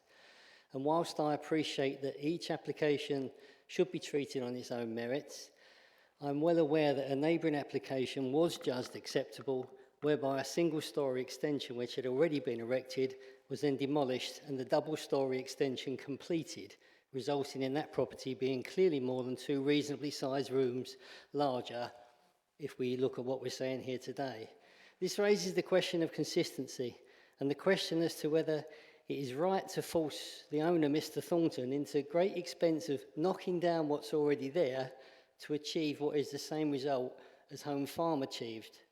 I might point out that the NPPPF itself does not offer any advice on what might be regarded as disproportionate, but only refers to size.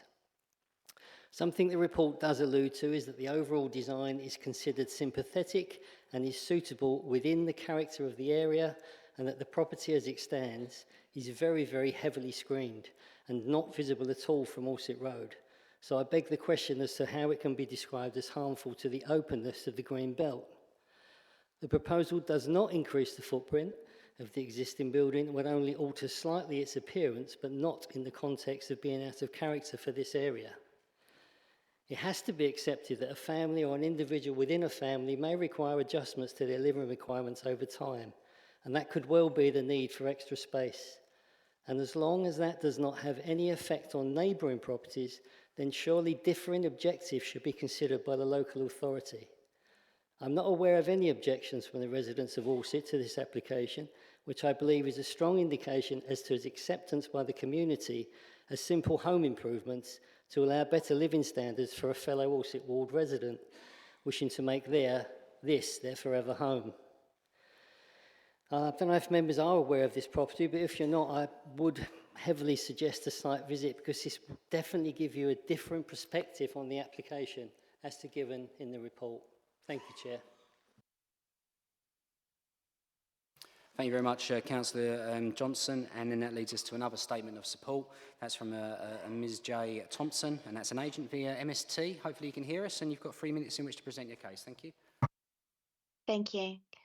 Can I just check that you can hear me? Yes, thank you. Thank you. Thank you for the opportunity to speak this evening. The application under consideration, as has been described to you, seeks to extend the applicant's home to provide 2 further bedrooms. This is achieved by extending over the existing single-storey side extension that you've seen a few moments ago from officers. The existing home has just 2 bedrooms at first floor, and the problem faced is that the dwelling is within the greenbelt as identified and has previous extensions on ground floor level.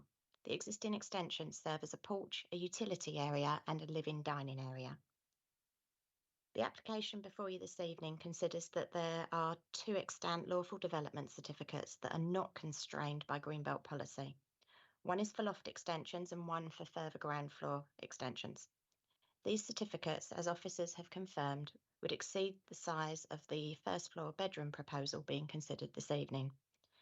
But as the officer report points out, these additions would not comfortably provide the 2 bedrooms sought and would merely be more expensive to construct, resulting more mass and volume, a larger footprint, and a dwelling that frankly is not as visually pleasing as that proposed. The applicant, like any other family, simply wishes to keep their bedrooms on the same floor. The extensions proposed would be noticeable, of course, but in the context of the existing home and well screened as described.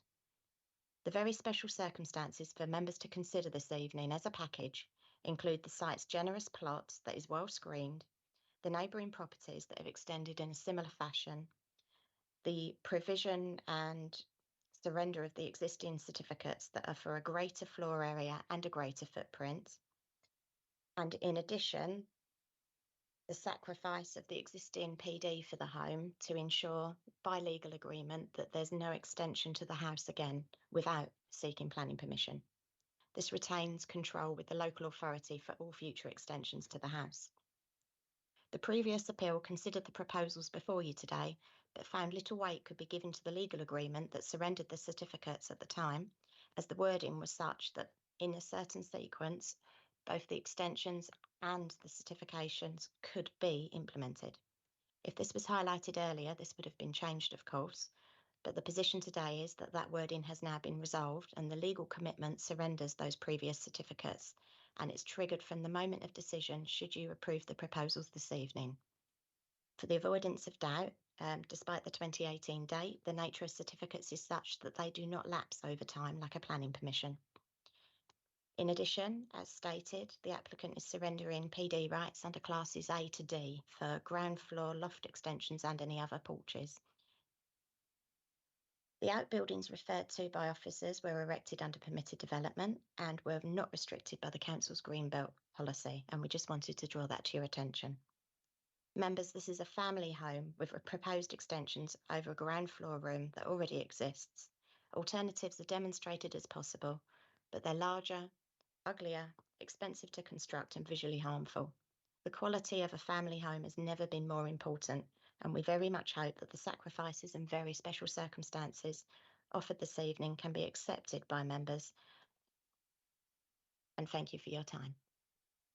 Okay, thank you very much for that statement. That then leads on to any further questions. If not, we'll head to the debate. Are there any questions based on that statement? Councillor Lydiard, thank you. I just wondered, are they giving up any other sort of space in any other outhouses to create these 2 extra bedrooms? Chair, no, there are no proposed changes or intentions to remove any of the outbuildings or convert any other part of development on the site. The applicant's desire has always been to have a first floor side extension to provide bedrooms. And if I might add, Chair, the matter of the fallback position of the permitted development has been considered both by the council in the past in identical applications and indeed by the planning inspector and been given, well, very, in quote, limited weight. So I don't see that that really holds much weight in this particular application either.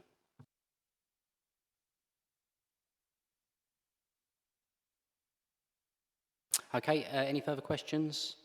No? Okay, so we'll head into the debate phase. Would anyone like to start to debate this one in particular? Does anyone think it's a good idea that we should be going ahead with, or actually following the officer recommendation for refusal? No? No, I've not got too much to add, to be honest. Unless anybody wants to debate this, we'll go to the...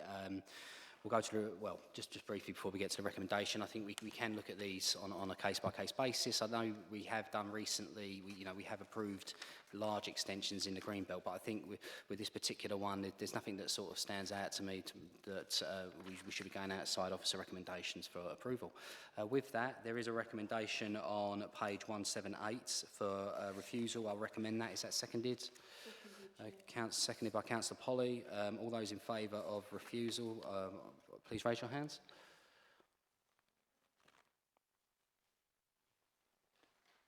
Okay, thank you. And all those against refusal? Okay, thank you.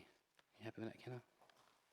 Okay, excellent. So that's application 23/00149/HHA has been refused. Okay, thank you. Thank you everyone for your contributions then. That then takes us on to the last item on the agenda, which is agenda item 13, I understand.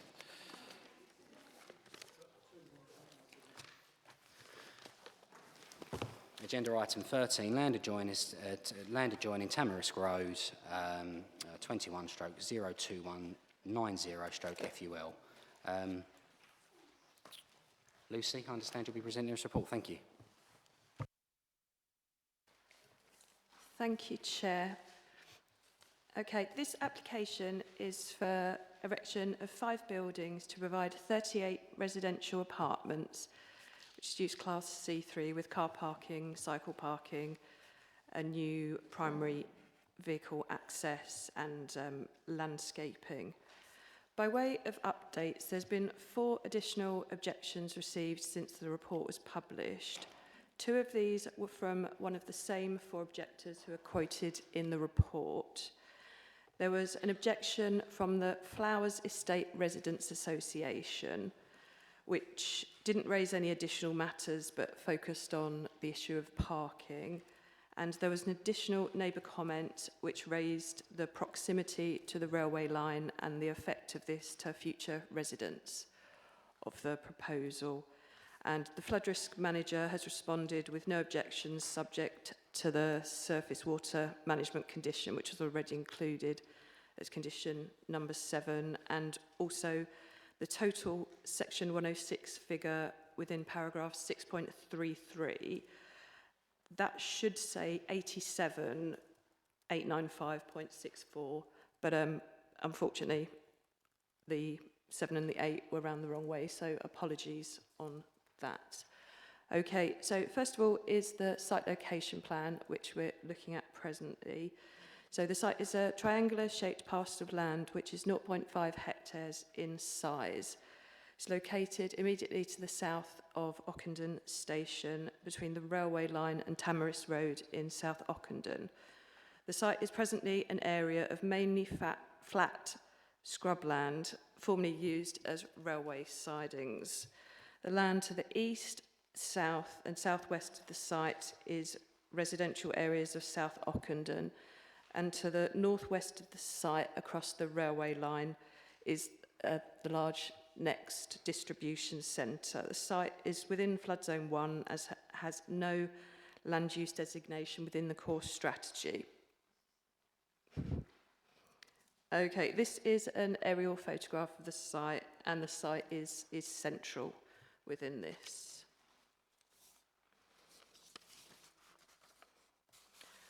This is the proposed block plan.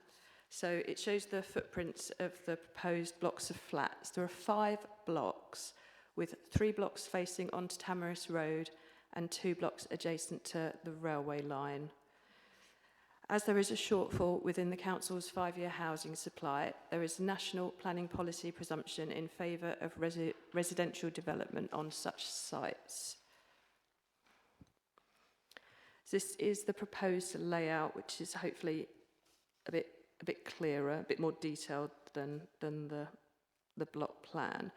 So it shows the new vehicle access, which I hope you can see is along Tamarisk Road to the middle part of the site, and the layout which shows the 32 parking spaces which are proposed on the site, and also the open space which is to the south of the site. So next is the proposed elevations of the blocks. The top shows the elevations which would face onto the railway line, which is the blocks which go up to 4 stories. And the bottom elevation with the 3 blocks is what would face onto Tamarisk Road. This is a visualisation, so how the blocks would look from Tamarisk Road. And this is a visualisation of within the development in what the applicant has called Muse street. So this is facing southward, so the 4-storey blocks are to the right of the picture, so the railway line that way, and the 3-storey blocks that face onto Tamariss Road to the left. Next, there's a couple of photos. So this is the site viewed from Larkspur Close, facing northwest. So to try and help on that, so to the rear of this photo, across the railway line, would be the next distribution centre. So the blocks would be in the foreground, basically. And this is the site viewed south from Rosemary Close, with the station car park and access viewable to the right of the photo. The site is to the background right of this photo, and you can see the Aristale development to the rear of that, beyond the railway line. In terms of viability and planning obligations, the application was accompanied by a viability statement, which has been considered by external viability consultant appointed by Thurrock Council. So no affordable housing has been offered with this development. Whilst the importance of affordable housing and community contributions is paramount, the independent assessment findings confirm the development is not commercially viable. And in our core strategy policy, CSTP2, it confirms that the council recognises that the majority of Thurrock's identified housing land is on previously developed land, which is often subject to a variety of physical constraints.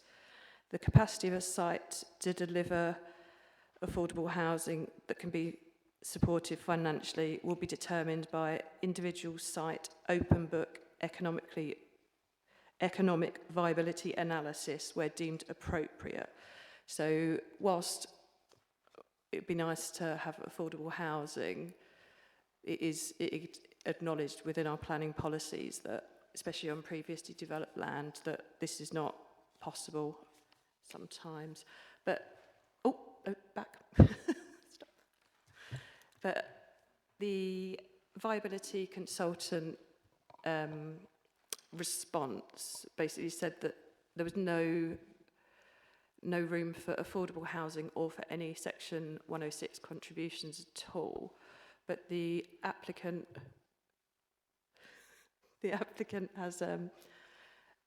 has agreed to the following contributions, which are listed. So education, and that is the entirety of what education asked for, and healthcare, the same.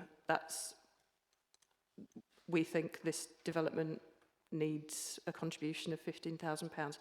But also there is a contribution, as the level of car parking on site is just less than 1 per unit, that they're going to contribute £40,000 for a car club space. And that basically covers the space and the traffic regulation order, etc., which are needed. So total contribution is the 87,895.64.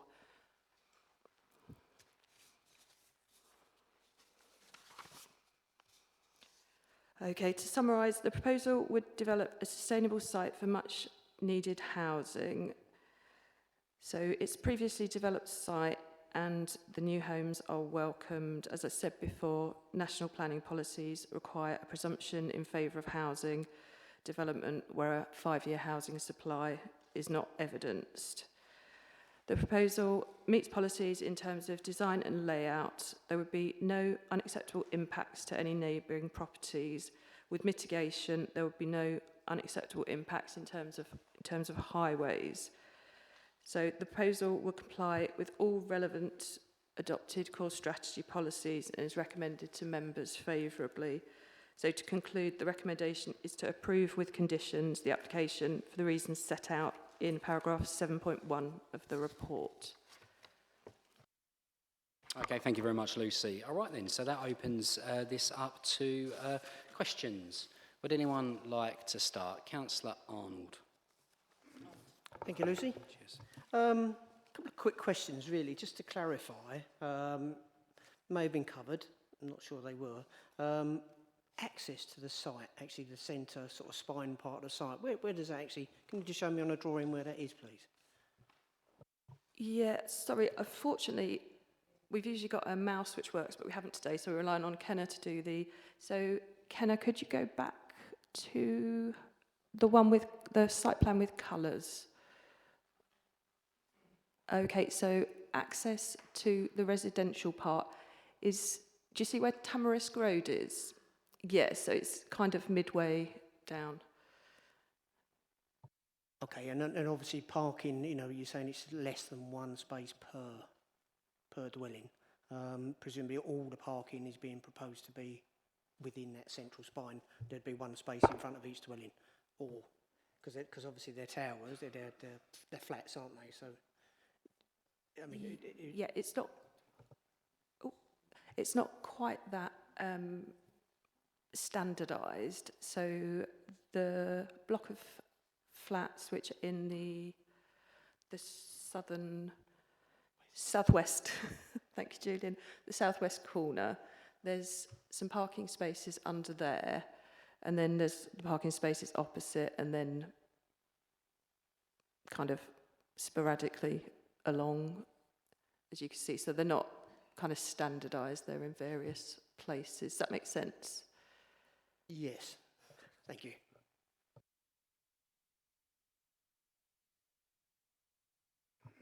Councillor Polly, and then Councillor Watson, and then back to Arnold. Thank you, Chair. I do notice that this application was called in by members that are no longer with the council, and one of the members that on the call-in, I believe Councillor Shinnick, was the ward member for that area at the time and has since moved. So a little bit disappointed that something that was called in by members has taken 2 years to come to committee.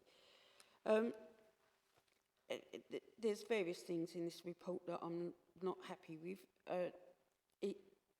The design. We mentioned the Flowers Residents Association. That the Flowers Estate, albeit a design of its time, is on Tamarisk Road. These apartments bear no resemblance to the street scene that is already there on Tamarisk Road. I could understand that they will act as a bit of a noise buffer, but I can't see anything in the report that tells me what type of insulation will be in the flats, whether it will be triple glazing for the residents that the flats are being built for, because they literally are backing onto a railway line now. I never do. We've had this before about this car club, where we provided a parking space on the site for a car club. I think there was another. Okay, so let me finish my point, Julian, and then you can come back. And I am a little bit, as I say, because of the timelines of it coming to committee, we've also moved on, as we've alluded to in the presentation, that Arrowsdale Avenue has developed more than when this was first proposed. And there hasn't been any fresh consultation with, although I know that's not an obligation planning-wise, but I do think 2 years later on, not to have sort of sought views from the new residents that are there is a little bit of a disservice to them. So there are a few of my points. Thank you. Julian, thank you. Yeah. I can answer the car club. I would also say that part of the delay has probably been down to a number of the highways issues that we've been trying to resolve with the applicant, because Network Rail will still require access through that site to their depot. So we've been toing and froing a bit with the transport consultants about that. But in terms of car clubs, the way car clubs will work is that they will be public spaces. They won't be within the development. The car club will be on Tamarisk Road, and the car club will be available for any member of the public. So anybody from the Flowers Estates could potentially use that car club. So it will not be exclusive to that block, the blocks of flats. It will be an open car club. So any developments other than, say, for instance, like the Thames Enterprise Park, which is proposing car club bays, obviously that somewhat limits where it is because it's in the middle of nowhere. But any car club bays that will be associated with residential developments will be on street, and they will be available to anybody. So they won't be exclusive to residents of the block of flats. Lucy, thank you. Thank you, Chair. So I'll just respond, try and do it in order. So the fact that it's taken 2 years to come to committee, I mean, it's not ideal, but there was, as Julian said, there was delays regarding highways matters being discussed. There was delays on the viability, backwards and forwards, and there was also delays from the applicant. So all in all, a kind of perfect storm for it taking 2 years to actually come before members, but applications can't come until they're ready. So that is unfortunate. In terms of design,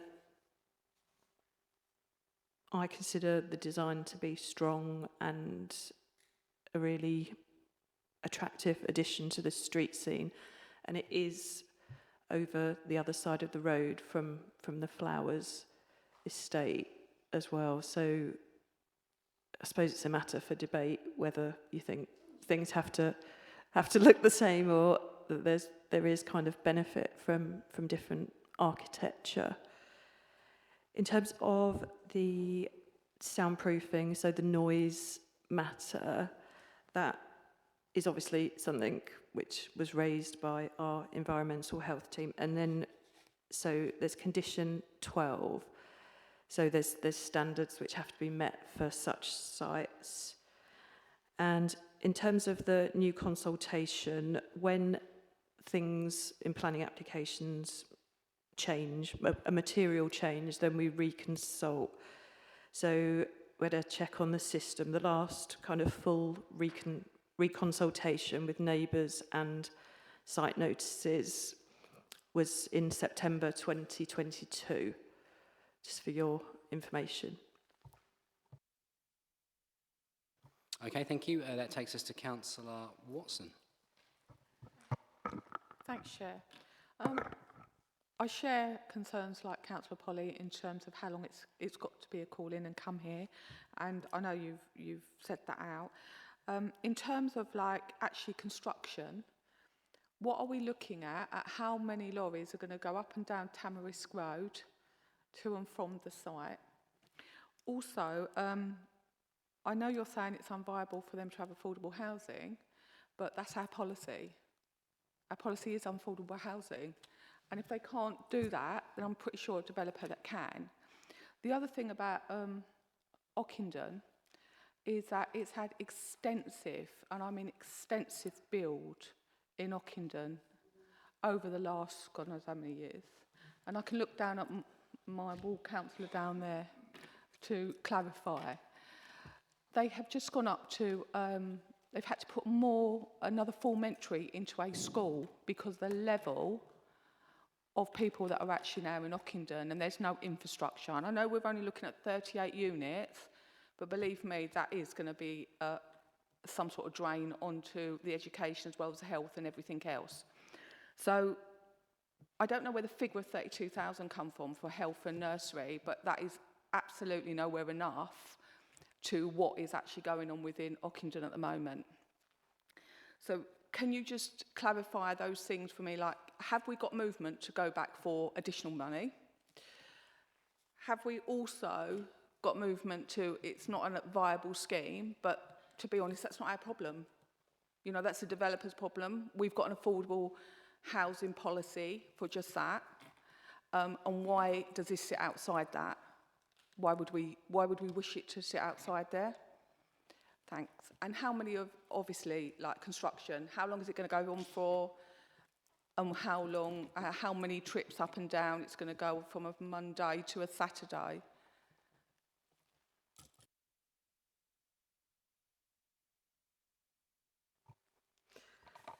Thank you.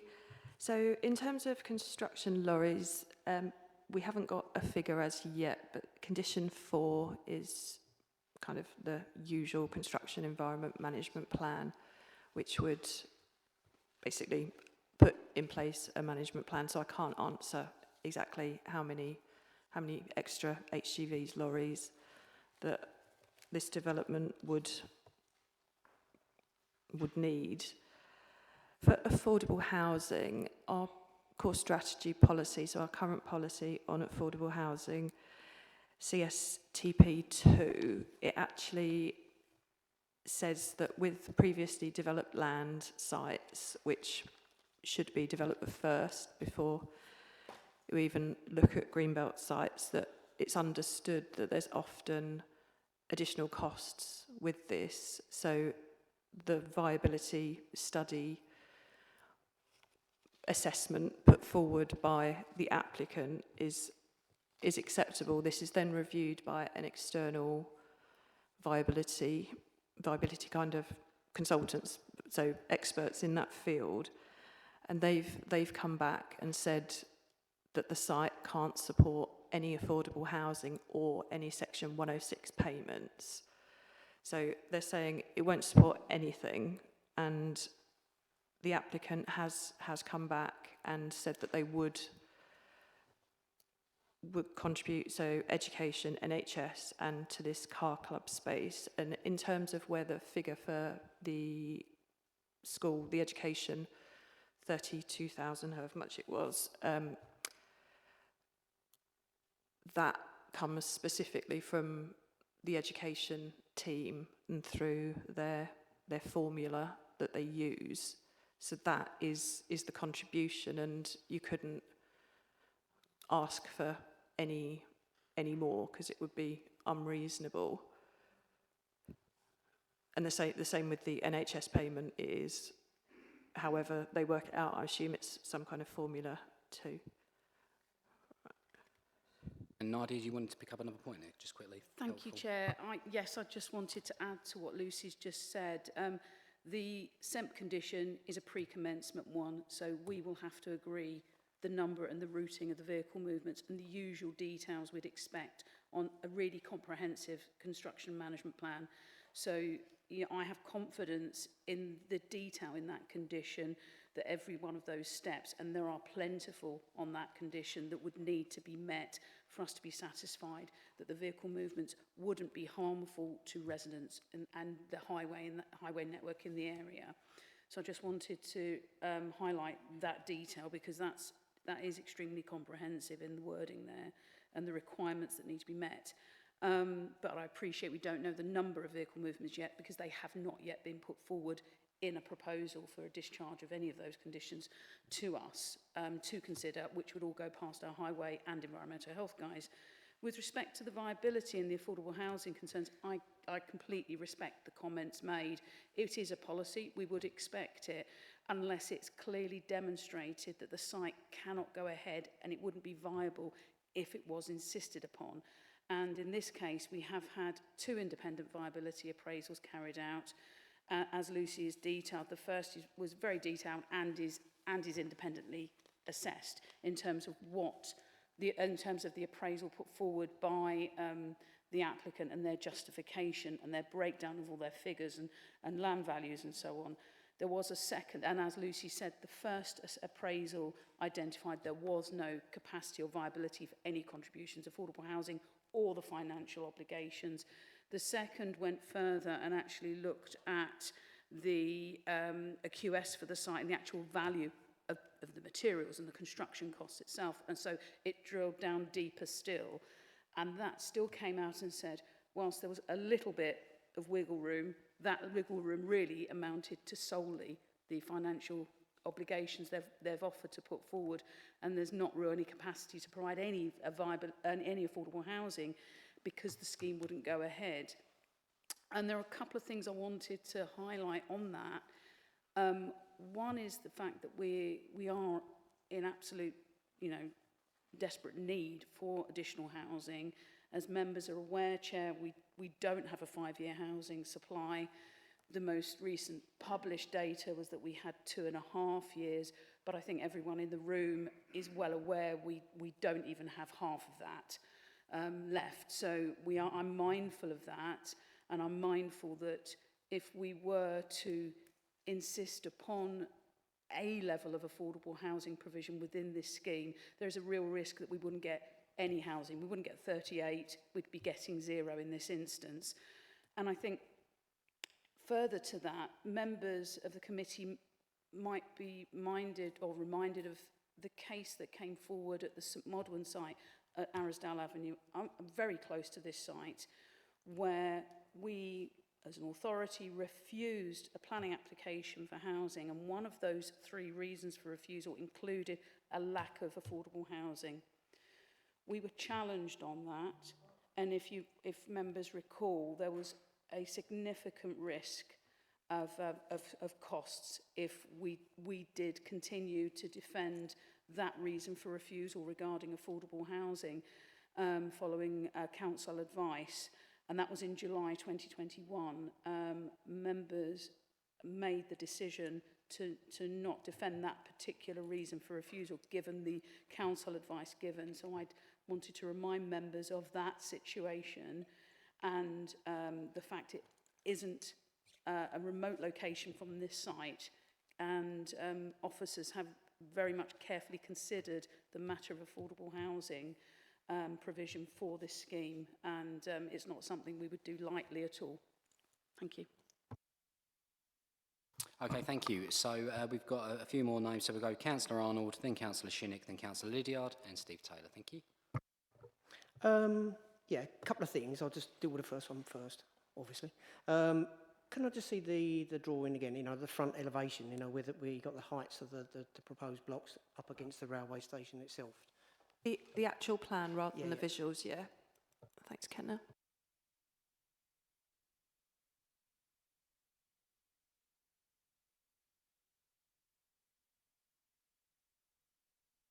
Yeah, that's the one. Yeah, they really are. I mean, do we know how high the higher ones are actually compared to the station building, and maybe also in relation to the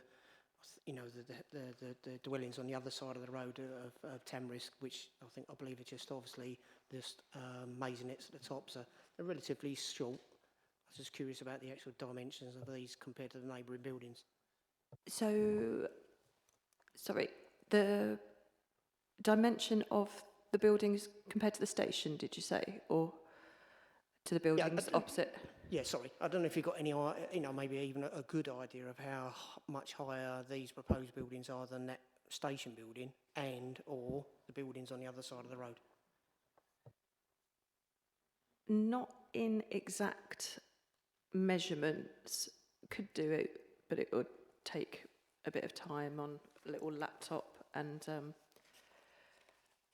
but they're standard 3-storey, 2-storey heights, so the buildings to the front would be approximately a third taller than the 2-storey Flowers estate houses, and the block to the rear, which is adjacent, the 4-storey block to the rear would be, yeah, kind of twice as big standard.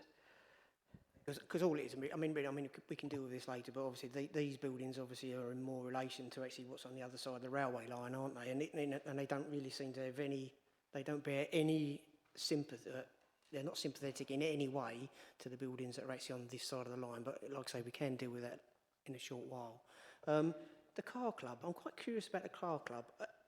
Again, to your knowledge, you know, if maybe you could pull your minds together, are there any other examples of car clubs in the area? Because I'm just wondering if these are just kind of like buzzwords, car club, you know, it pops up every now and again, but how many have we gotten? Because I'm curious about the viability and the take-up of these things. Yeah, so car clubs are, it's a new policy which only came in I think it was mid 2022, but Julian will help you out with those questions. Right. As it stands at the moment, there are a number of developments that put forward. So the first one, from my recollection, was that Howard Road estate of a Chafford 100. Obviously, as you're aware, that hasn't come forward again, but that's when the first car clubs came forward. The Thames Enterprise Park has proposed car clubs as part of that development, and obviously, as you're aware, that was approved at Planning Committee some while ago now. This is if you could count Howard Road, the second residential building that's come forward with a car club. It is within our policy that consideration for parking policy, that consideration for car club. It is nothing new. I worked in Westminster prior to working for Thurrock for about 9 years, and they've had car clubs before I started. So car clubs are nothing new. In fact, if you look at it, they're a great idea because it gives those people who can't necessarily afford a car the ability to actually use a vehicle for essential journeys, maybe, you know, going to the hospital, particularly when you're in certain locations where it's not as easy. You know, they are a terrific idea. You know, I worked with a number of colleagues who never bothered to have a car because they could use a car club. So, you know, yes, it's new to Thurrock, but it's not something new as a principle. It's been going around. It's a bit like electric vehicles. You know, everybody thinks electric vehicles are the modern thing, but again, where I worked in Westminster, electric vehicle parking spaces have been there for, you know, 15, 20 years. So a lot of it is not, it's moving out from the city sort of areas. Yes, it's very much a city thing, but, you know, we need to think of other novel ideas of how we're going to minimise people's car use, and this is one way of doing it. Yeah, thank you. I mean, yeah, I do understand. Obviously, the Westminster thing I do completely agree with, because there is nowhere to park, is there? But yeah, I was just wondering how effective a scheme like that would be in Thurrock. Obviously, it's a completely different environment, isn't it? And I was wondering if there were any working examples. Perhaps it's a job for another day to actually sort of test to see how they actually work. But thank you. Yeah, it is. It's going to be new. But as I said, there are other authorities are using them. There's, as I said, you know, Thurrock is probably behind a lot of other authorities in terms of electric vehicles, car clubs, and the like. It's not, as I said, it's not something new. So yeah, we'll wait to see how it operates. But you know, it's something our transport team are keen to promote. Okay, thank you. I'm just going to request that we extend standing orders so we can finish this last item on the agenda. Is that agreed? Okay, excellent. Thank you. Right, that then takes us on to Councillor Shinnick. Thank you. Thank you. You said the healthcare provision is £15,000. Is that right? I'm deeply concerned about this because pediatric surgery is really struggling, and I don't think £15,000 is going to help them very much when you've got 38 units, roughly 76 extra people going there, you know. So to me, I'm really against this because it's not enough provision for healthcare. Definitely not. All right, thank you. Okay, thank you, Councillor Shinnick. So the figure of £15,000 is basically from the NHS themselves. So there's not really anything we can do. So they've looked at the application and they said however they work their numbers out, that it is £15,000. So we're a bit tied on that. Chair, if I may also add, it's based on floor area that the NHS make their formula calculations, and I appreciate the councillor's comments. However, there isn't any wriggle room that the authority has in this regard, and I recall when we officers were asked the same question on the King Street car park, town centre car park scheme regarding the NHS contribution there. I remember Councillor Piccolo, who isn't here this evening, said that doesn't seem a lot, but no, my apologies, Councillor Halden asked, he wanted to know where we got the figure from, and the NHS provided that further justification.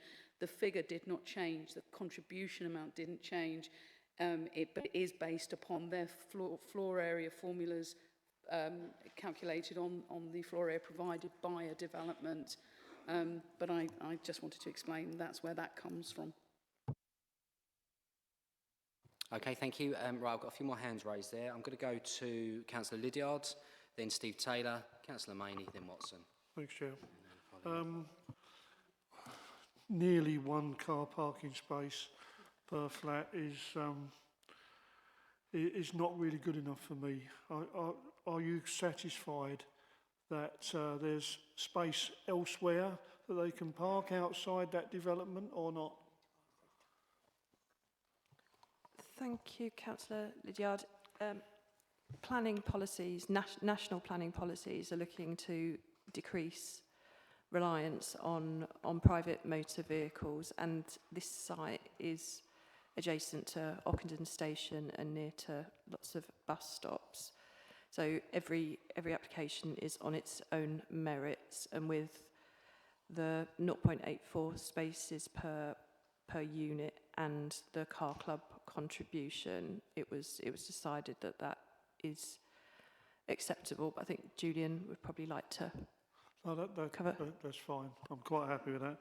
What about space for the refuse carts and recycling and stuff like that? Are you satisfied there's space for that as well?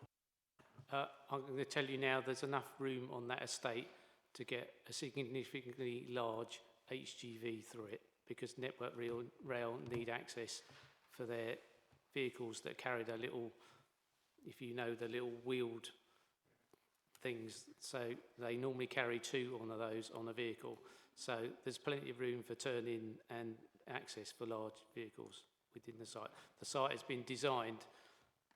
This was a lot of the reasons for our highways batting backwards and forwards, because obviously Network Rail will need access through this site to their compound next to the railway station. So yeah, we've looked at all of that.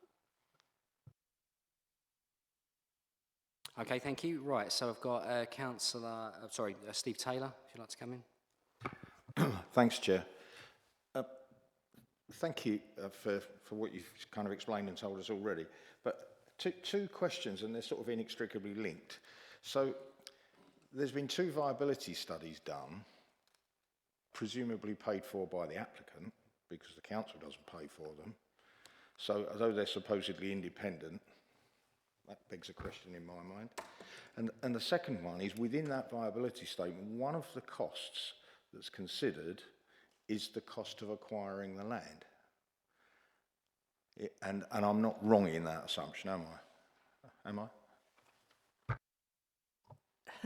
No, you're not. So I'll go through the questions as you ask them. So the viability reviews, yes, of course, they're paid by the applicant, but it's the council who decides. So we choose the independent viability consultant.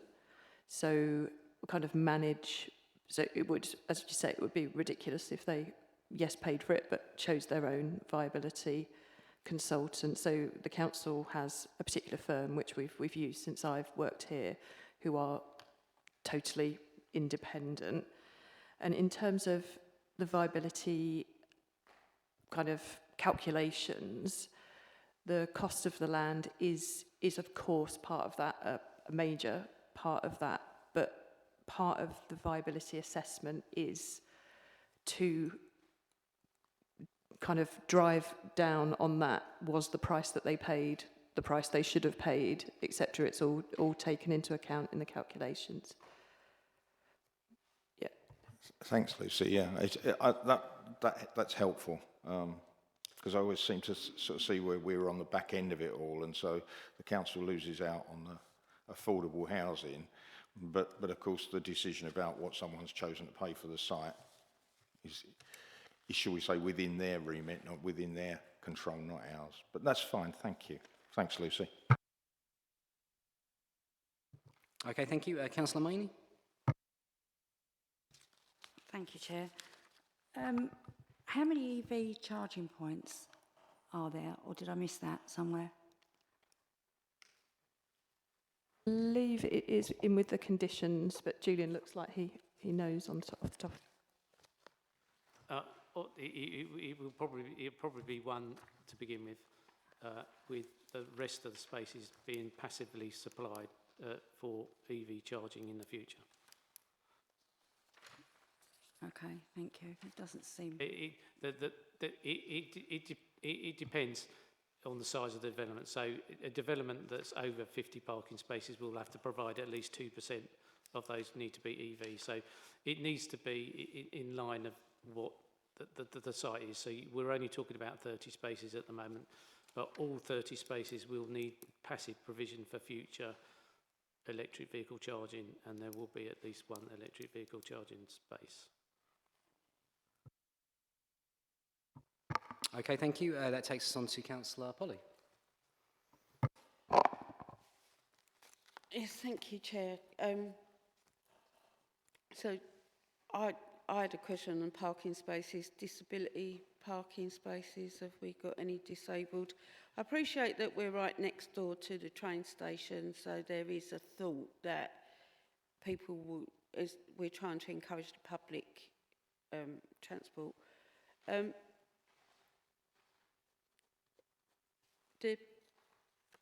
was going to ask questions about emergency vehicles, turning spaces, but if you're saying the wides are road enough, so what are we doing with our sort of traffic management plan or parking plan to stop those wide roads that are meant to allow emergency vehicles, HGV vehicles, absorbing the extra cars that haven't got parking spaces? Thank you.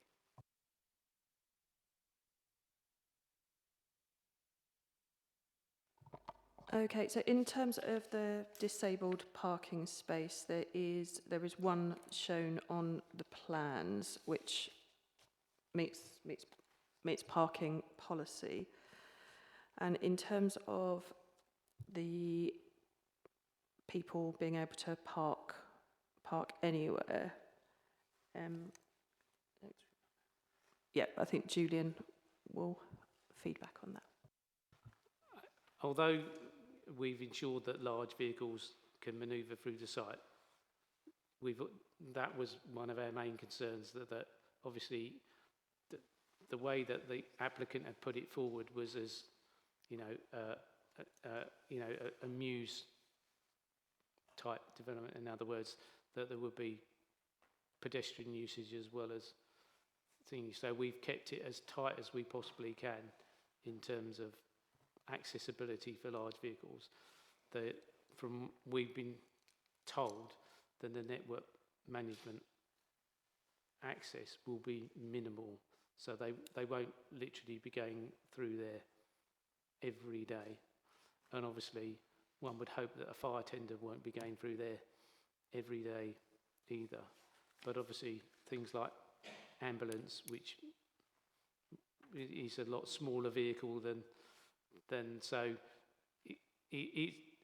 One of our concerns was that the potential use by large vehicles, but we've tried to ensure that both are accommodated, that it gives a safe environment for pedestrians to use, as well as accommodating large vehicles. But that's why a lot of the to and fro was going about, because we were concerned about the accessibility for Network Rail in terms of their large vehicles. But we've been ensured that they will be very minimal throughout a year. May I add, if I may, Chair, as well, the conditions reflect the Transport Statement Addendum that was submitted in January 2023 in condition 9 and 10. The actual refuse and recycling, storage and parking provision and site displays in condition 8 reflect much of the detailed content within that most recent Transport Statement Addendum that's been submitted following those consultations and ongoing dialogue with the Highways team.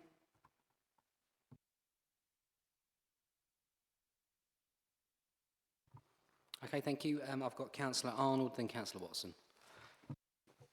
Thank you, Chair. I mean, I really don't want to labour this point too much, but I'm quite fearful of the parking, obviously down the middle there. You know, modern life, and we can't dictate who's going to actually move into these apartments, flats, whatever. It's really likely that there will be one family car, maybe another member of the family comes home in a commercial vehicle because it's their job of work. I know we all want to encourage the public transport, but in reality, is that really going to happen? And I'm really fearful of the fact that after maybe a year or so, when people get used to their surroundings and they've settled in, there's going to be maybe 1, 2 vehicles, you know, quite frequently on these, you know, taking up these parking spaces. And then that obviously leads me on to my concern, perhaps it's not the right time for this, my concern that these vehicles will then overflow this site and then obviously try and seek parking elsewhere. I'm really struggling to get my head around the lack of parking spaces, particularly if they're not really catering for sort of maybe commercial vehicles, which are part of many people's normal everyday life. So it's just a comment. Yeah, thank you. Obviously, we can cover that in the debate stage. Obviously, we're still on questions. Did you have anything to come back on there, really, Lucy, or Julian, or should we? If members are happy, we could obviously add potentially a car park management condition as part of the to ensure that where vehicles can and can't park within the development. You know, for instance, the development that's down here on the old gasworks site, Persimmon Homes, the management company, have a car park management scheme within the development to prevent parking in inappropriate places within the development. So, I mean, that would be a possibility if members consider that was appropriate. Okay, thank you. Councillor Watson. Thank you. Julian, just one question. Are you feeling very confident that the overspill for the car parking in that development can be consumed in the roads, like Tamarisk and surrounding? Because there is development, you're rightly saying, that they actually put a charge in those developments to park, so therefore they decide to park in the roads that they don't need to park in. So are you confident that the overspill can be consumed? So at the moment in Tamarisk Road, as you're aware, on the, I'm trying to think, work it round, is it northern side? I'm sorry, with east-west. Yeah, east side is CPZ, yeah. No. I'm trying to work it. Yeah, on the east side is purely residents parking. It's PPA. On the western side, that's just been converted into pay and display parking, shared bays with residents parking bays. So there isn't technically anywhere for overspill parking potentially to park within Tamarisk Road or the Flowers Estate, because the Flowers Estate is also covered by the PPA. well, as best as we're happy with what's there at the moment. We consider it in terms of what's been provided with the car club and the parking allocation, and the fact that it's in a sustainable location in terms of public transport, that the car parking level provided is adequate. But I couldn't guarantee anything to you, you know, ultimately. But we didn't consider there were severe reasons to refuse it on just purely on the parking level. Okay, thank you. Right. Has everyone asked questions that they wanted to? Are we happy to? I think there is a speaker on this particular item. Let's have a look here. Okay, so this is a Mr. A. Riley, I understand you're the agent, and for Tamarisk Road. You've got 3 minutes in which to present your case. Thank you.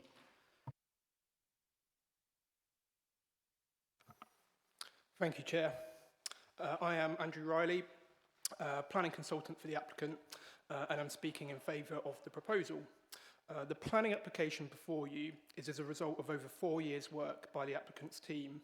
This is via 2 separate pre-application processes with the officers in 2019 and 2021, and since the application was submitted in 2022.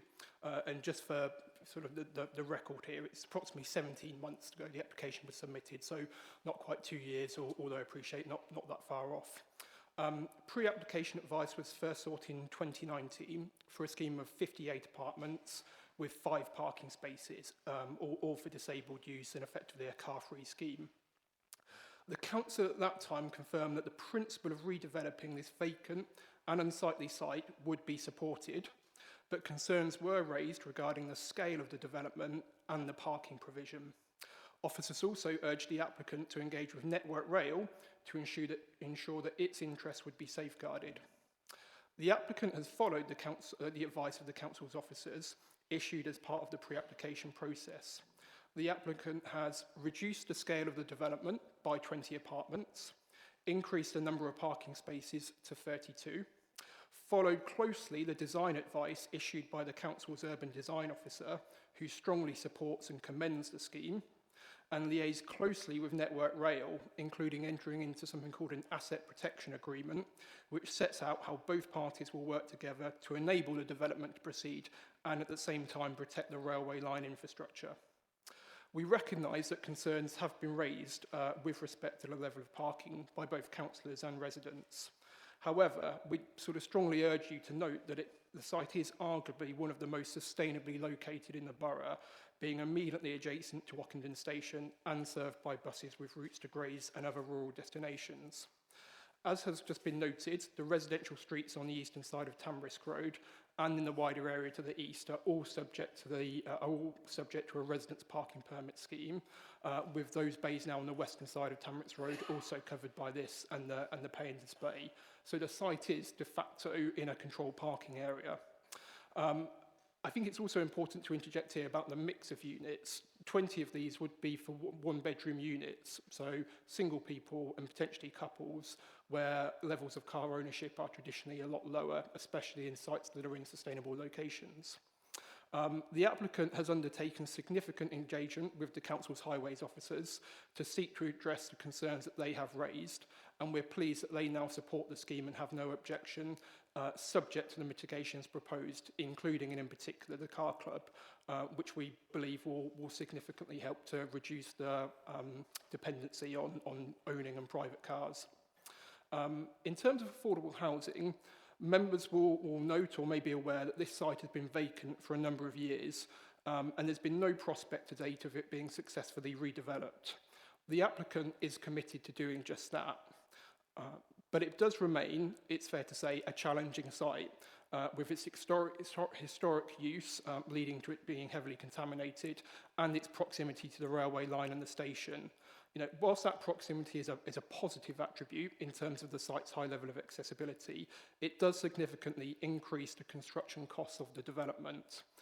These much higher than normal construction costs and associated with the modest values in this area results in a development that cannot, unfortunately, contribute to affordable housing and remain viable. And in relation to the point I believe that was Mr. Taylor made, the value of the land is assessed on its benchmark land value, not the value that it was purchased at. So that has been factored into the viability considerations. Despite the relatively large scale of the development, at the time the committee report was drafted, we had just 4 letters of objection. These were received across 2 separate public consultations, the original one and the one mentioned in September by the planning officer. And 2 of those objections are from the same occupier. In response to the concerns raised, it's the applicant's position that there will be no adverse overlooking of the properties on Tamarisk Road, as the new buildings will be located approximately 25 metres away at their very closest, with most blocks much further away, and in a front-to-front relationship. The financial contributions have been agreed with the council and Thurrock Clinical Commissioning Group, and those contributions will mitigate the impacts of the development on local services. And the application was supported by a full suite of technical supporting documents setting out how all other impacts would be mitigated, such as, for example, air quality, noise and ecology. And it's on the basis of those reports that the council's environmental health officers are satisfied that the scheme can be developed, the apartments can be developed, and the residential amenity of those apartments will be high, despite being next to the railway line. It's effectively not uncommon to have a residential building adjacent to a railway line. We are very pleased that officers support the scheme, recognising that we will make a contribution. You could sum up for us, please. Thank you. Sorry, yep, I'm finishing now, Chair. Making a positive contribution to improve the council's housing land supply, and as has been noted, this is very low. It's on a brownfield site outside of the green belt and in a highly sustainable location. So we hope this view is endorsed by the planning committee, and I'm very happy to answer any questions you may have. Thank you very much. Okay, thank you. No, that'll be fine. Cheers. Okay then, so we've had the speaker statement there. Was there anything in there where we feel we could get any more questions out of? No? All right then. Oh, actually, Councillor Polly. Has it been indicated by the developer whether these are for resale, like are they leasehold for resale, or are they likely to go to a housing association or something of that type of organisation? Do we know? At this time, it's for usual private sale. Okay, thank you. And no further questions? No? Okay, all right then. So with that, we'll head into debate. So thank you for the presentation there. Thank you for the questions. We got through quite a lot there. I think, look, ultimately, it's far from perfect, this particular application. I was one of the councillors on Arrowsdale Avenue that refused that application against officers' advice, and we almost ended up in front of a public inquiry. It is frustrating. I think sometimes these applications, they take so long to get to us. That's generally the developer sort of making sure they're covering all their bases, and I appreciate it's frustrating with the parking. You've raised a lot of concerns on this particular site. But ultimately, a lot of these standards are agreed, such as the parking standard at PTR, etc. So for me, whilst I agree it's not far from perfect, I do think that they have covered themselves. And look, ultimately, you've got the decision in front of you. You can reject it, you can approve it. If you do reject it, it needs to be sort of clear, concise and material. And just be aware that, obviously, on appeal, we want to make sure we're covering our bases. So I'll be supporting this particular application, but over to yourselves. If you could let me know what you think, over to Councillor Polly. Yes, thank you, Chair. I do feel that we've gone out of our way to discuss this for 2 years, or 17 months. But yeah, I mean, given that original applications came in 2019 and then this one in 21, we do seem to accommodate this developer in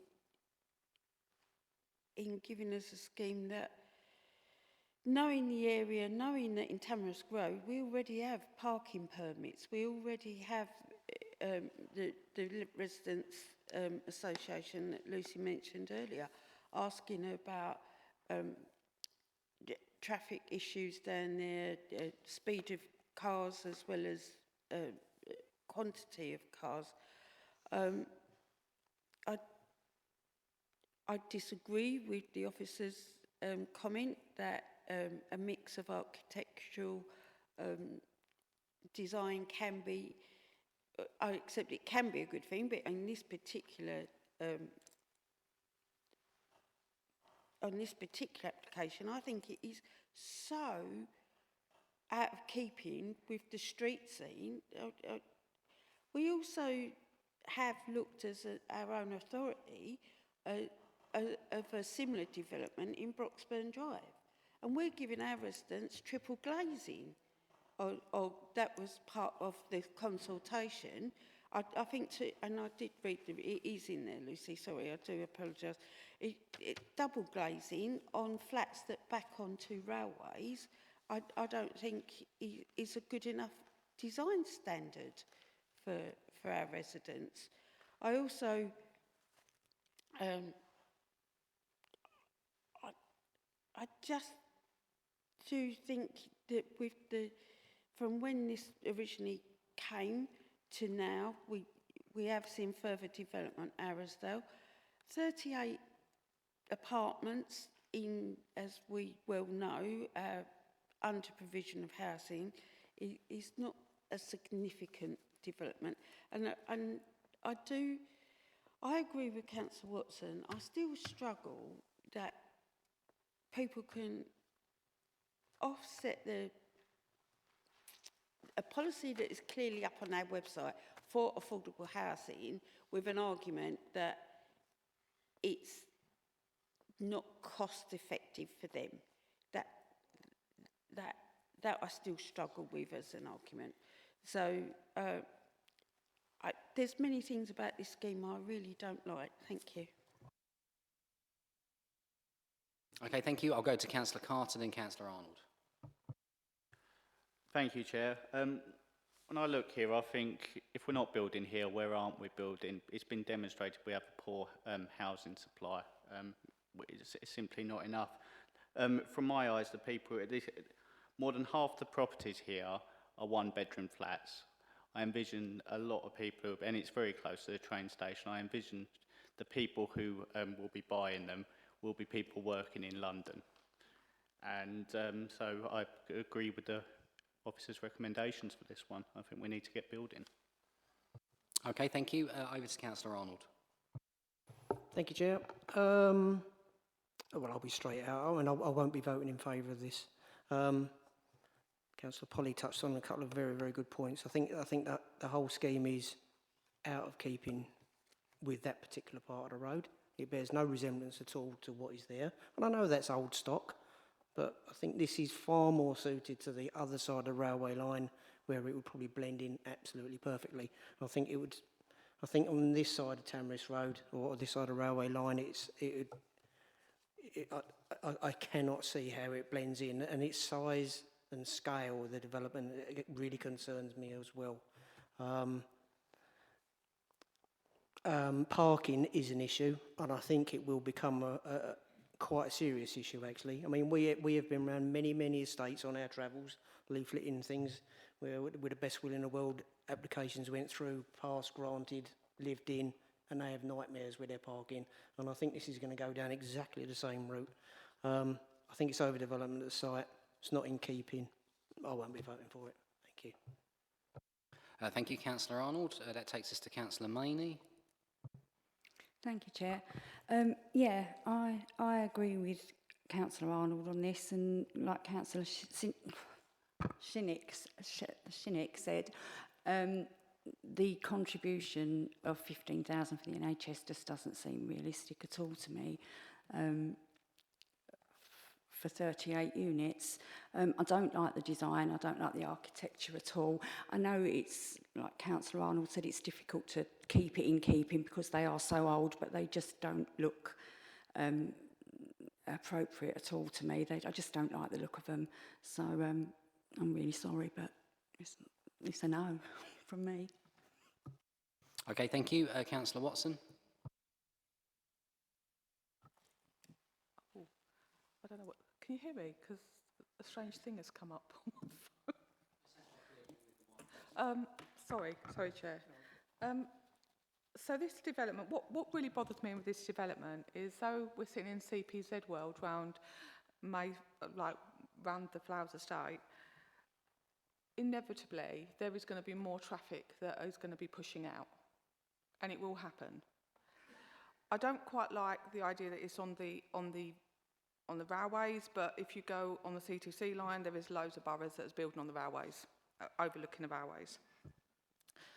I think I don't really like the design of it too very much, and I have got issues with the, as I said, with the parking and the disablement parking, and I've also have got issues with the affordability, because I think that even you could have handed up one affordability is better than none for the residents of our borough.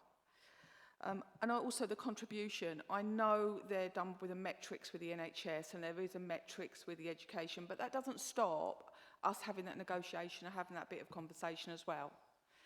So Councillor Carter mentioned about if we can't build here when we do build. We actually build on Linfield on the green belt, but we won't go into that. So on that merit, I'm going to disagree and go against this proposal. Thank you. Thank you, Councillor Carter. You had your hand up again. Yes, I just want to say about the affordability. Homes will continue to be unaffordable for people while they're not being built. Okay, thank you. All right then, so are there any other comments before we head to the vote? Because I've not heard from two members, and until I do, there is a recommendation for approval, but so I'll move the approval vote and we'll see where we end up. If that's defeated, we'll go to rejection. Yep, happy with that? Okay then. Yep. Right, so there is a recommendation set out on page 214 of recommendation 8.0, and that is to approve. I'll recommend that. Is that seconded? Okay, Councillor Carter, thank you. So all those in favour of approval, please raise your hands. Approve.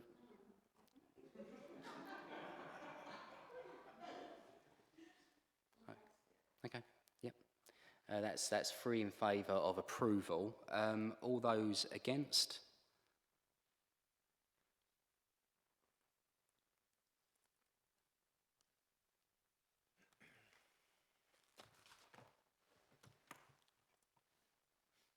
Okay, Ken, are you happy with that? Okay, so the motion to approve has been defeated. So what we're looking for now is an alternative recommendation. I'll just bring yourself in, Lee, and then, yeah, we'll take it from there. Okay, thank you, Chair. So as with the earlier application this evening, referring to the Council's constitution, which require an alternative motion which needs to clearly specify the reason for departing from officer recommendation. Any motion must be seconded. Planning officer and legal should be given an opportunity to explain the implications, and if it's not clear, then a report should be brought back to the committee. Chair, what I would just say is, in terms of reasons for refusal, they do need to be, I think you mentioned yourself, Chair, the clear, concise, and they need to be linked to planning policy within the development plan. But I would just exercise caution, just because the proposal does comply with a number of development plan policies, is located in an area where the tilted balance is engaged with the MPPF, which the case officer explained, and also that there is a distinct lack of technical objections. So I would just exercise caution in terms of what's being put forward as that reasons for refusal, but over to you. Okay, thank you. So what I'll do now is I'll look for members to raise an alternative recommendation. Anyone like to recommend an alternative recommendation? I would, yeah. Okay, thank you. That's Councillor Polly. Your recommendation, thank you. So I would move for a recommendation of refusal, not appropriate design in the street scene.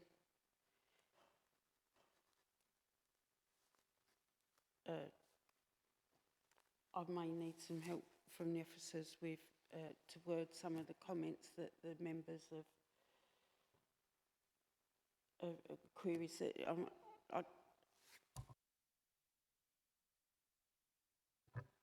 Thank you, Chair. So just referring back to the debate, some of the notes that I picked up was that members were concerned about the design, in particular the size and scale, out of keeping with the street scene was the comment. I'm also concerned around car parking. but also a repeated concern around the viability and a challenge around the level of financial contributions that were coming forward as part of that. Chair, if there wasn't any other reasons, I would suggest that the report comes back tries to go into a little bit more detail around the viability of the case. I'd be quite concerned about a recommendation of refusal just purely on the viability because of the reasons that we've been spoken about. But in terms of design, it is a subjective matter, and obviously the committee are entitled to come to a different decision on what's being presented. Okay, thank you. Councillor Polly? Yes, I would, as well as it is the scale, the impact, and the design quality, as I say, about the acute, like the insulation and the noise as well. So, but I would agree with Lee that we can bring it back with formulated wording.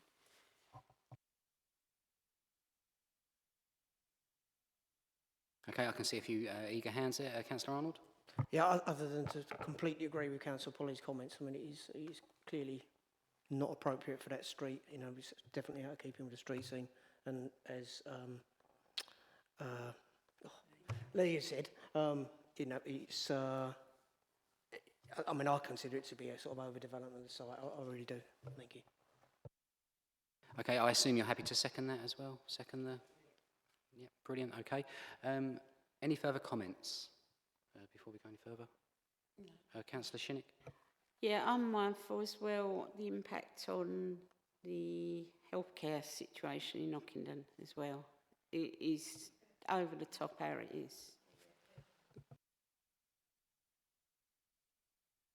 Okay, any further comments? No. Okay, I'll come back to yourself, Lee. Thank you, Chair. So I have two reasons. A reason for refusal, potential reason for refusal forming around design, but also one that's around the impact on healthcare. But if we come back with a report, we can go into some more detail around what the NHS is providing the information to officers. Yeah.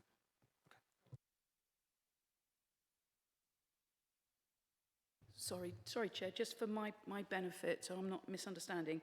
So the reasons put forward are twofold. So the first one being, as Lee also assisted Councillor Polly, so the indication was not appropriate design for the street scene due to its size, scale, out of character, appearance. That was the principal reason. And the second related to the level of contributions towards healthcare and the viability generally as put forward. Is that just so we're clear? Members seem to focus on car parking, whilst I would strongly suggest that that isn't a reason for refusal, because it's mitigated. Did you want in the update report?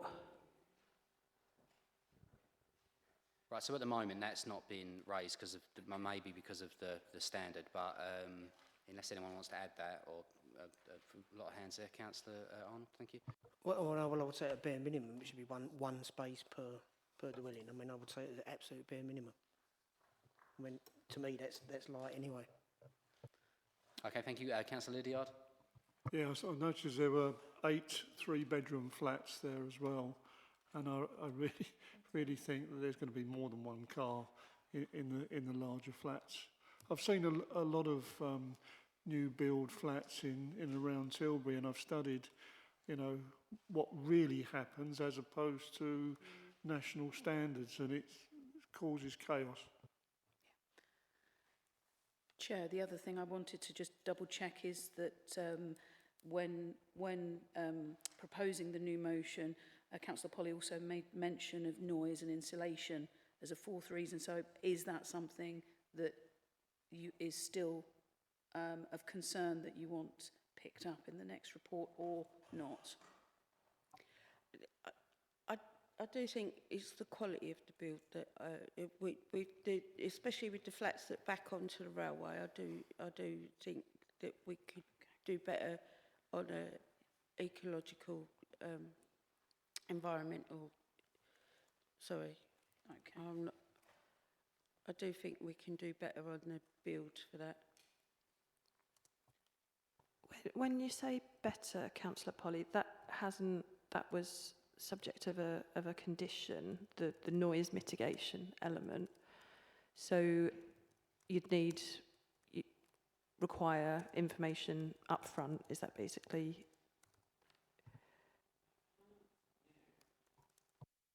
Lucy, sorry, just speak to the planning officer. I think Mr. Nicholson has said that we will be discussing these things and bringing them back in the detail. What I read in the report was that these are double glazed units. I feel we could improve on the blocks that back specifically onto the railway lines.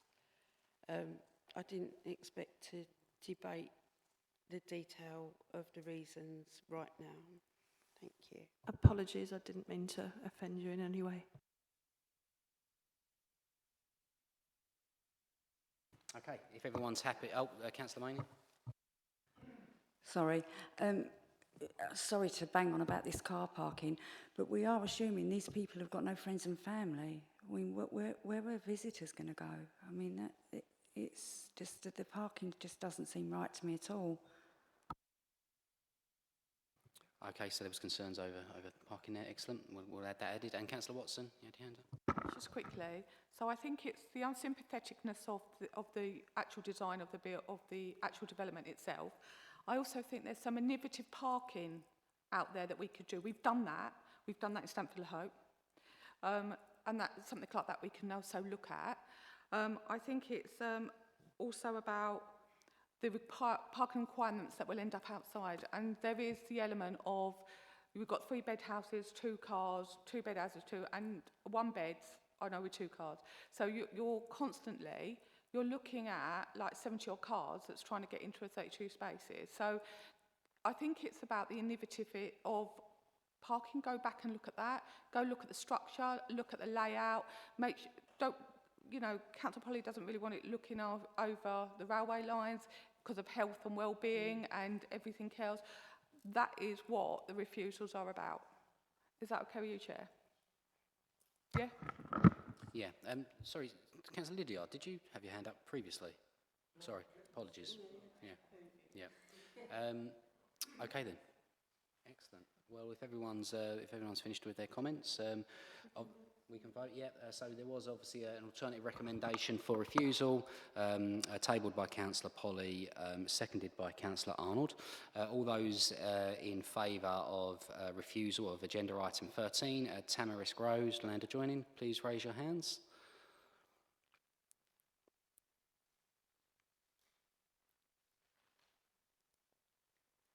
Okay, that's 5. And all those against refusal?